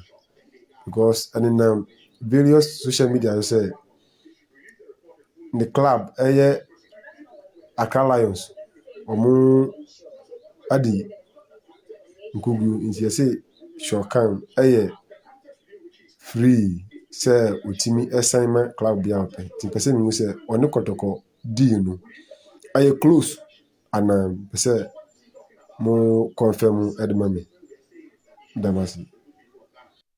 Sergio, good morning. I don't know pay na ya sa ko to okay entina eno so no dia ka no me de ma kwa Mickey na fi quickly on local source no and so abrayen Kessben television I'm from America grandson. I'm from Hawaii na control program me so them me bisa Shokai zini yasini play no za titinu kwa airport play ni do 2 and 5 business ni twa say papa sakwa ko na chifu to chanywaka na da wono na so kan sasa ye go ni sasa football so munyo omo di ye ba fifre uda na duka ni fifre tew football na omo the pressure brem ho hey aso obesan ye ti yanzo na eko no so kan ye isa na no so akoye ena so kan badia na ye wie na so kan badia kwesa koye woko kwena chi futu sisi muna chiri di wa hawo mo baba se 2-1 de be repeat sa because no be so kan ba ma 2-1 na sisi se so kan o yes anya o jini na no to board ni sisi okwa brochire so kan na wanya ama no ena woni agisa bruta akoye wa mai no okwa brochire and now support bia ho betoro I support the beer humber because after 2-1 no omoja 2-1 na so kan ba no akwa gi floating na so kan ya declare no e because when am kwa so kakra no duru because when check passport when check visa when check Ghana card na manfo no nam kwa so house of folk duru se si ya you Togo se si ya before Lome ya be your Ghana card me have your passport kotoko bo friend match na ba bi omo ne ye hwe Ghana card ye hwe passport ye no ho na strangers you strangers, yes, are professionals. You could buy professionals. Yeah, you better go Ghana card before Lome. Busa man go for more Lome no. Before you enter the Togo, you should go Ghana card. Me I only say ye too crying ye call Togo. Nyame adum ye ne ye call ya no ya tese so kan so betwam ko. Ono nam so ye nam fam. So kan nam so no nam fam o ba ba ya ye ne be hu no onu mu yen. Na so ko Togo ko America. Omunyankoi sese omu Cape Coast say omu say number friend match only goals we yen check Ghana card eto omu standard me ye na nyepe yen check passport udu lo me the show can na one man eya me de papa that the 2-1 be ka wa because at the end omu go lose 2-1 na so kan ba ebikwas waduru ha ebiso za kwanto board ni sazie say de no we nyina no wa mu na nanim Mickey esiniti na abasi shenkofo and so can deal and go through almost will be after now bia mu fro player on va they say ye na omu say omu dey floating na man no bia after na ogo asan you go galenum bia nye ready to talk to Kotoko officials ogo nti omu suspect say no omu tete ye no say oko Moldova no no kre ogo nti so can deal no dey ayof just say magic be side could see but yeah you know can say there it's almost off okay what can be Kessben ha or pedan or remove from single room self-contained bibia chichem yeah bibia chichem asokwa amakom ofori chrome area okay it is a bank Kessben oh okay and ebe boa ne ye pa ti ayesem a wa obetimi aboa no ma watimi aba ho no ye ni beji pa na ma ne ye 0241227069 0241227069 0241227069 mo frɛ no a na fe mo ne na di nkomo na fe onso atimi motima aboa no say agent betima frɛ agent no no mo na ti form so ha dwen kakra o ha dwen kakra bo mo so na dani hyehyɛ mo ho fiura fo na nkasa sɛm a we di nkade ho dopa mo frɛ no na metrafie mo ni baji pa. If you look at the contract, the Ministry of Sports cannot make any payments without a request made by GBC. I was surprised to hear the director say what he said. Abbas should concentrate on his team, how to focus sinking, and he's promoting Asante Kotoko. Nana Kweku Aduma Kotoko ni promote lawyer Kwame. Nana ya se Kotoko 2 and promotion. And so abre okay. Na enso eno Kwame mamra hoy na me hwe do bre. Milo energy for the future. No Milo drink ni bi. Na no Milo a obenya energy ebeba e de amount. Energy obenya ni sabre ya na dache so energy no akosoro e de amount no Milo ene womu. Ye the natural cocoa na aye. Enu nti akwara ne betimi anu Milo. Panyi timi nom, wobi etimi nom Milo. Anopa no na waye Milo e de makra no ebe provide energy ɛde ama no ɛdemu no nyinaa sanso ɛna wobɛtumi ano milo na provide energy ɛde ama demu no nyinaa any future ɛnu nti na ɛwɔ sɛ ɔkɔpɛ milo na wouse bi ɛdi agyeatum sɛ milo drink ne deɛ ɛdɛ paa furniture DSTV for us DSTV so much more DSTV say bra na fei o phone no na dale say telecell ana say uyisu MTN opportunity na ba ediama opportunity ni say yes say member your office so member baby a ye wono tena ofie na reconnect with DSTV no with DSTV ne say compact plus and now you see say compact now you see and say premium and now you see obetime reconnection no obetime reconnect abra unko DSTV for office a star 759 hash star 759 hash and no any short code abet dial we dial we are o connection no ebe go through at the amount Pepsodent Charcoal anopebia nipa da seni twitwi ne se enwumre bia yekoda bia nso sa so twitwi ese na wo si twitwi no ehia obo se mepe brasha no den mepe no ho ne ho eduane a de begusu de twitwi ose no ene hia eduane no eye Pepsodent Charcoal fa Pepsodent Charcoal egu toothbrush ne so na vetwitwi ose anopa na vetwitwi ose enwumre na be difference a ebebam ediama real charcoal wom real charcoal ne chese u yusu Pepsodent Charcoal ni bia eboa ma teeth no eye fita mint ewom mint no ba boa ama wonum pampan no ayehwam lemon wom eba bom wonum etimi ada ho na zinc wom eba protect teeth no ede amount enunti na so using Pepsodent Charcoal edi twitwi osia no pa na twitwi osia enwumre enso ede aka ho latest foam your partner for life wabrabom yonko any latest foam for say V sofa no odwaso el sofa no e odwaso kope V sofa no bi na UC anase el sofa no kope bi na UC na betimi aboa el sofa no e 3100 Ghana V sofa no e 6500 Ghana opa konya papa trim akonya wotrim wochinkasa nya wo ya akonya wotrim usisi enya ode enya wo ya de a e little foam de no na ohia so UC be Franco Trading Enterprise. Soko Franco Trading Enterprise laptops, Nokia phone, Samsung phone, iPhone, smart television, and now say Franco air condition, deep freezer, washing machine, CCTV camera, and a pebiatoa, a Franco Trading Enterprise. Ko Franco na sanya mapapa we nyina no won sabetimi akebia o branches awdo e wo Kumasia bowra any branch bia udu ha o se ope Franco Trading Enterprise nyama papa ni bi ato hebaso cream e cream a beman and you see bema obeso bo adwuma ye woni obehiem na pese nije ne ba edema mumie no nyina e hebaso cream and na wasa wo apply hebaso cream ni bia eboaw e ma bema ho cheba wo ye bema ni obehiem asisi na ho aba masa problem ni suntwa emfama kope baso cream ni bi na UC any drugstore chemical shop bia benye biato free our number we so 0244 750 510 wo bia sisi yo ya na okutode yo ya na waposo yo ya de elephant ointment and wo so de sasra ho wo the elephant ointment ne sasra ho a eyi ya onum e de free ho e de maw eyi pain no e de free ho e de maw edrone ye elephant ointment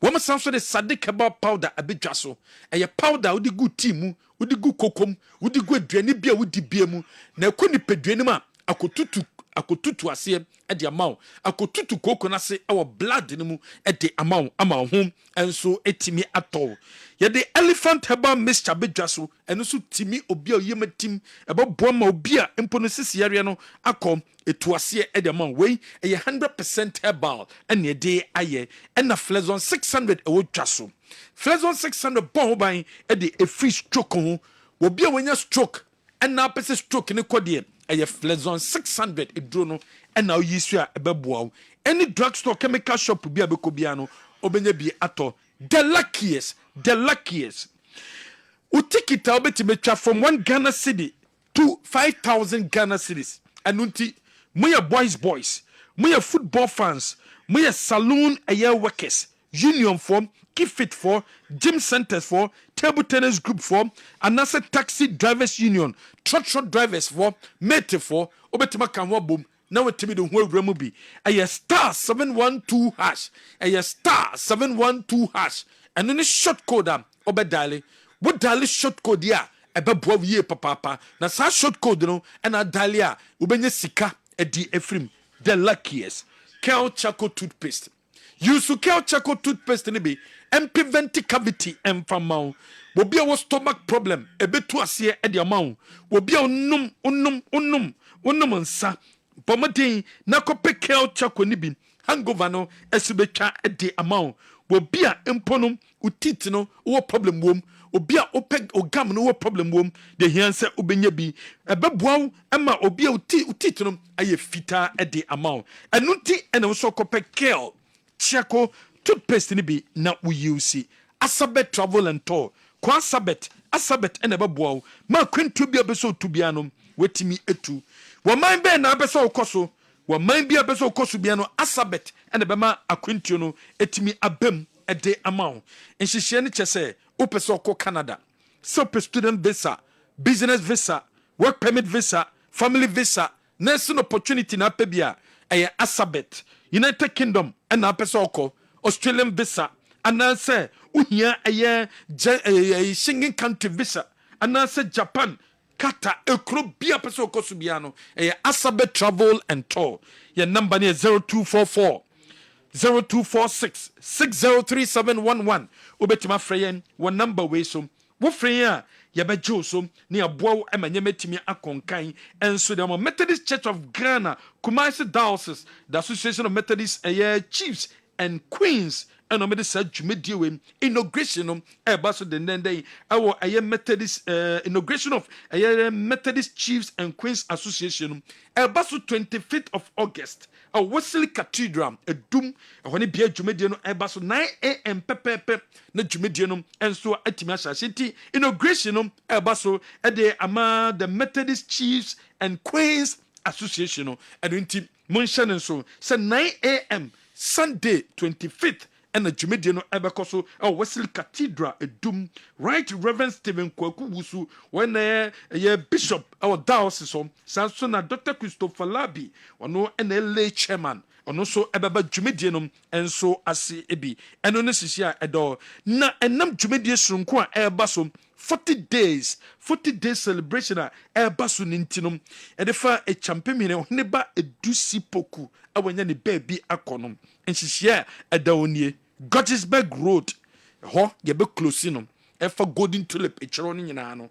Wednesday 2015, 21st, you're close in, you see quino, in Timanco Faho, Okofawa, Ubeketri, you see Saquino, and so I want to send it so. Now also so a diso, a famaye, and when she share a dom. You bet to us our other stories more, young for your name, and so enter a year. And the 20 Bobo Kono Aseye, Wamugusu prepare for the 20 championship, enche eba beshasia no, enche na 20 championship no, eba beshasia, and Untimika say, ayana 20 team no, omakwako piemu ha, wamo prepare, wamo bofeni matches, betimi abu na 20 team no, serebe nyama betima konkan edi amomo, Ghana Football Association, wama confirm sa Congress baso, ene makwan ema next year, next league season no, and also tima baso until 26th, 27th of August no, and na Congress no ebetimi ahyase den and so no ne hye da say the league no when and a broadcasting right no wo metimi dia ma no companies awodo enso abem GBC abem omo ewo interest so mo pese wo mo sponsor eya so motimi etwa matches no enso ede ema eya Ghana Football Association but GF no ne other companies enso edi nkomo wo ko samates boboko na so ya wo mo gusu prepare towards wo so Sunday game wo mo eba babo eya CAF Champions League game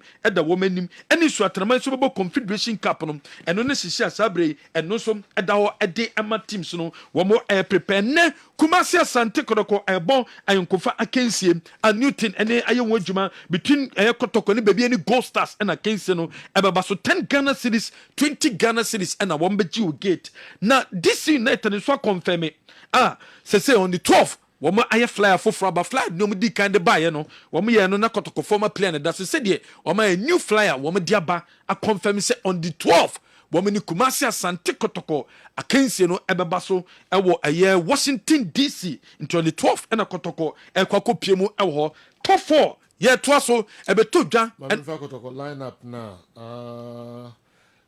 Sakan Wahano signed to Jebium. Okay. Mohamed Kamara, Lord Amwa, Patrick Sedu, Henry Ansu, Joseph Ablo, Tenadu, Bernard Somoa, Che Jamina, Ntim Menu, Baba Yaya, and Abdul Karim. Omo Enebeshasia Makumasi Asante Kotoko. Okay. And they against Gold Stars. Very strong squad. Yeah. Intenu se de city o Sansona Kotoko bono na tie ne so matches koso Mediama ni Nations 11 wise any bechem enso ne bobo Mediama ayomadwen se wo mo emmo akensie no nenso so se de wo mo ayomadwen se wo mo ebobo eya akensie no coach Samobodu wo bo eya amofa dwanto aba so se sabre no contract onsem no wo metima yema bibia konka na bekum Chelsea so wo boa se de bia bekum Chelsea ebetima fa ne ntuma pa efra. Oh, I know you know the kind of work that or yes you no the structure opposite oh yeah. Until say you know that's when coach of which me develop say na I think say for him obenya that coach say obewo for number of years but you man so what need to say Tony we are no be so from so but ne plans and then you know say you who say ne person I hope say bit me abaso say the okay no yeah.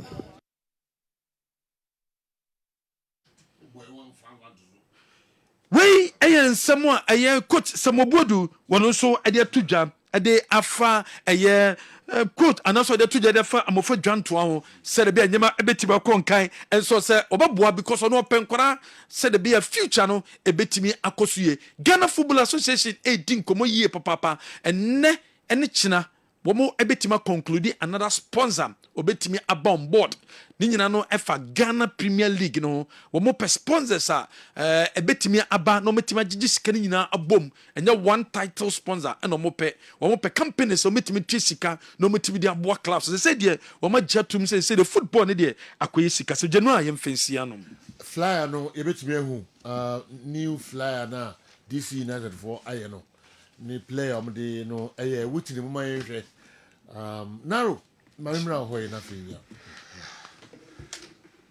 Okay. Mami enye quickly. It's good news say medium for no afide omo agipini na omo bebo Gaka top 4 no. Honestly the Gaka top 4 enyema anko senia obi epeno but I think say at the end of the day they are doing something to represent the competition. And we hoping say enyema be pick it up from there. Aba say kind hasufu kene omo Togo.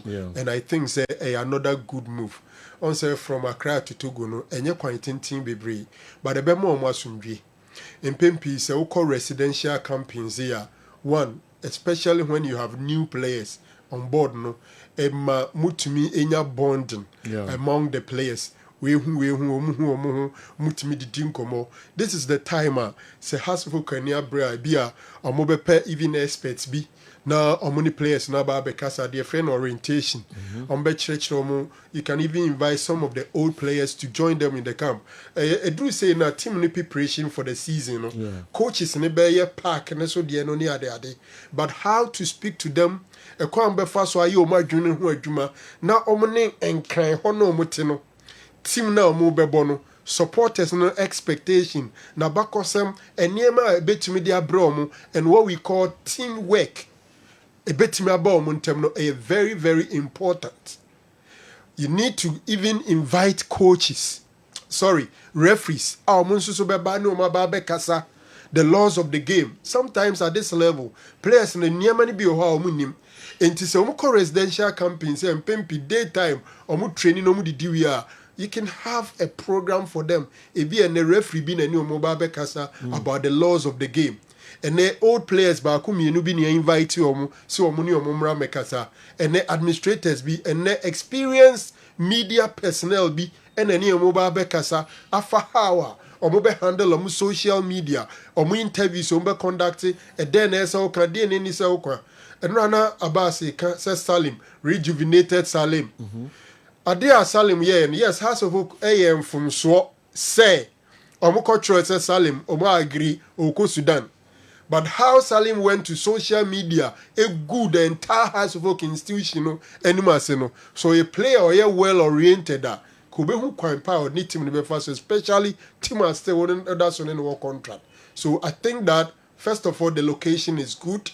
On Benyong piece on BBA, and I'm hoping say House of Oak will have a very good preparation over there, no matter a good season. Okay. Air question say Flyer no I ready. I'm with me. Am I the DC United fufura kra omo ye no na ye hwe first one no TVC yes and TVC so omo de one Auchi okay Felix Chibafo okay nje na omo de no ye we new one DC United omo release United say abibia tutum match no hu sensem ne ade nyina no bibia kama ewo America mem Kumasi Santico to 12 October 6 p.m.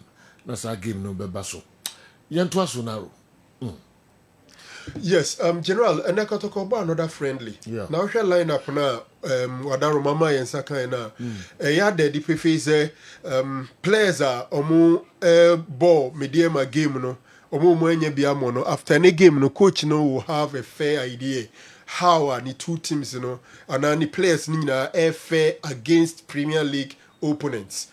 Because the first one against Mediema, and I think say a team like BBN Gold Stars will also give Kotoko a very good exercise. Game number one. Kotoko early part of the season, Omasha see raising concerns about goalkeeping because of two competitive friendlies. The one involving Hasselhoek, the one involving Mediema. More reliable, number one goalkeeper, Asari. I'm saying mistakes, I am Sheka Crabbre and Crawford. And I'm thinking, say, Uti, the Neko so attack after the game now. Idia no be a boy Kamara. Yanshe, and how a Kamara, and so be fair, game. Minim say, Sekobasa Kamara, number one at the issue of Nkomose, national team goalkeeper. Omo yama the national team abono no san komo ne beba abontin ba no kwasem ne say every football club in the world edi kan dwen football club no ne yiedie eho ansa no abadwen individual be benefit eho. In fact, if what I'm gathering is anything to go by, before even the Mediema game no na sorry o ma dropping from the Black Stars call up. Okay. I think against Angola in some 2 weeks away. It looks like Asari is gradually falling off. In fact, the next call up, anyone was a no local player. A crying BPM from what I've gathered, if it is anything to go by. That is how it is over there. Maybe follow Go Stars. I'm told say on my commentary. Or that game. So we'll watch it and see how Anema Ebefe on general. Okay. Yaya Mohammed and so any Ameture. I walk up you more than my including. Don't we have potty one day? Ameture ni Yaya. Yes. Ameture any Yaya Mohammed. Training gola. Obi a capture me no do my include say. Na Tony already I would no mammy me no. Yaya coach. And Ture agent. Okay. Omi no Nigeria do my include say I can say. Omi no. Ture one Yaya metia wo pa. Umi no makabo mo hosaro. Ay. All right. Strikers. Abbas, boss. Yes sir. Ade akoba ne say Abdul Nuruddin Aziz Kanabik is back. Okay. Abdul Nuruddin Aziz Kanabik. Wasaba back.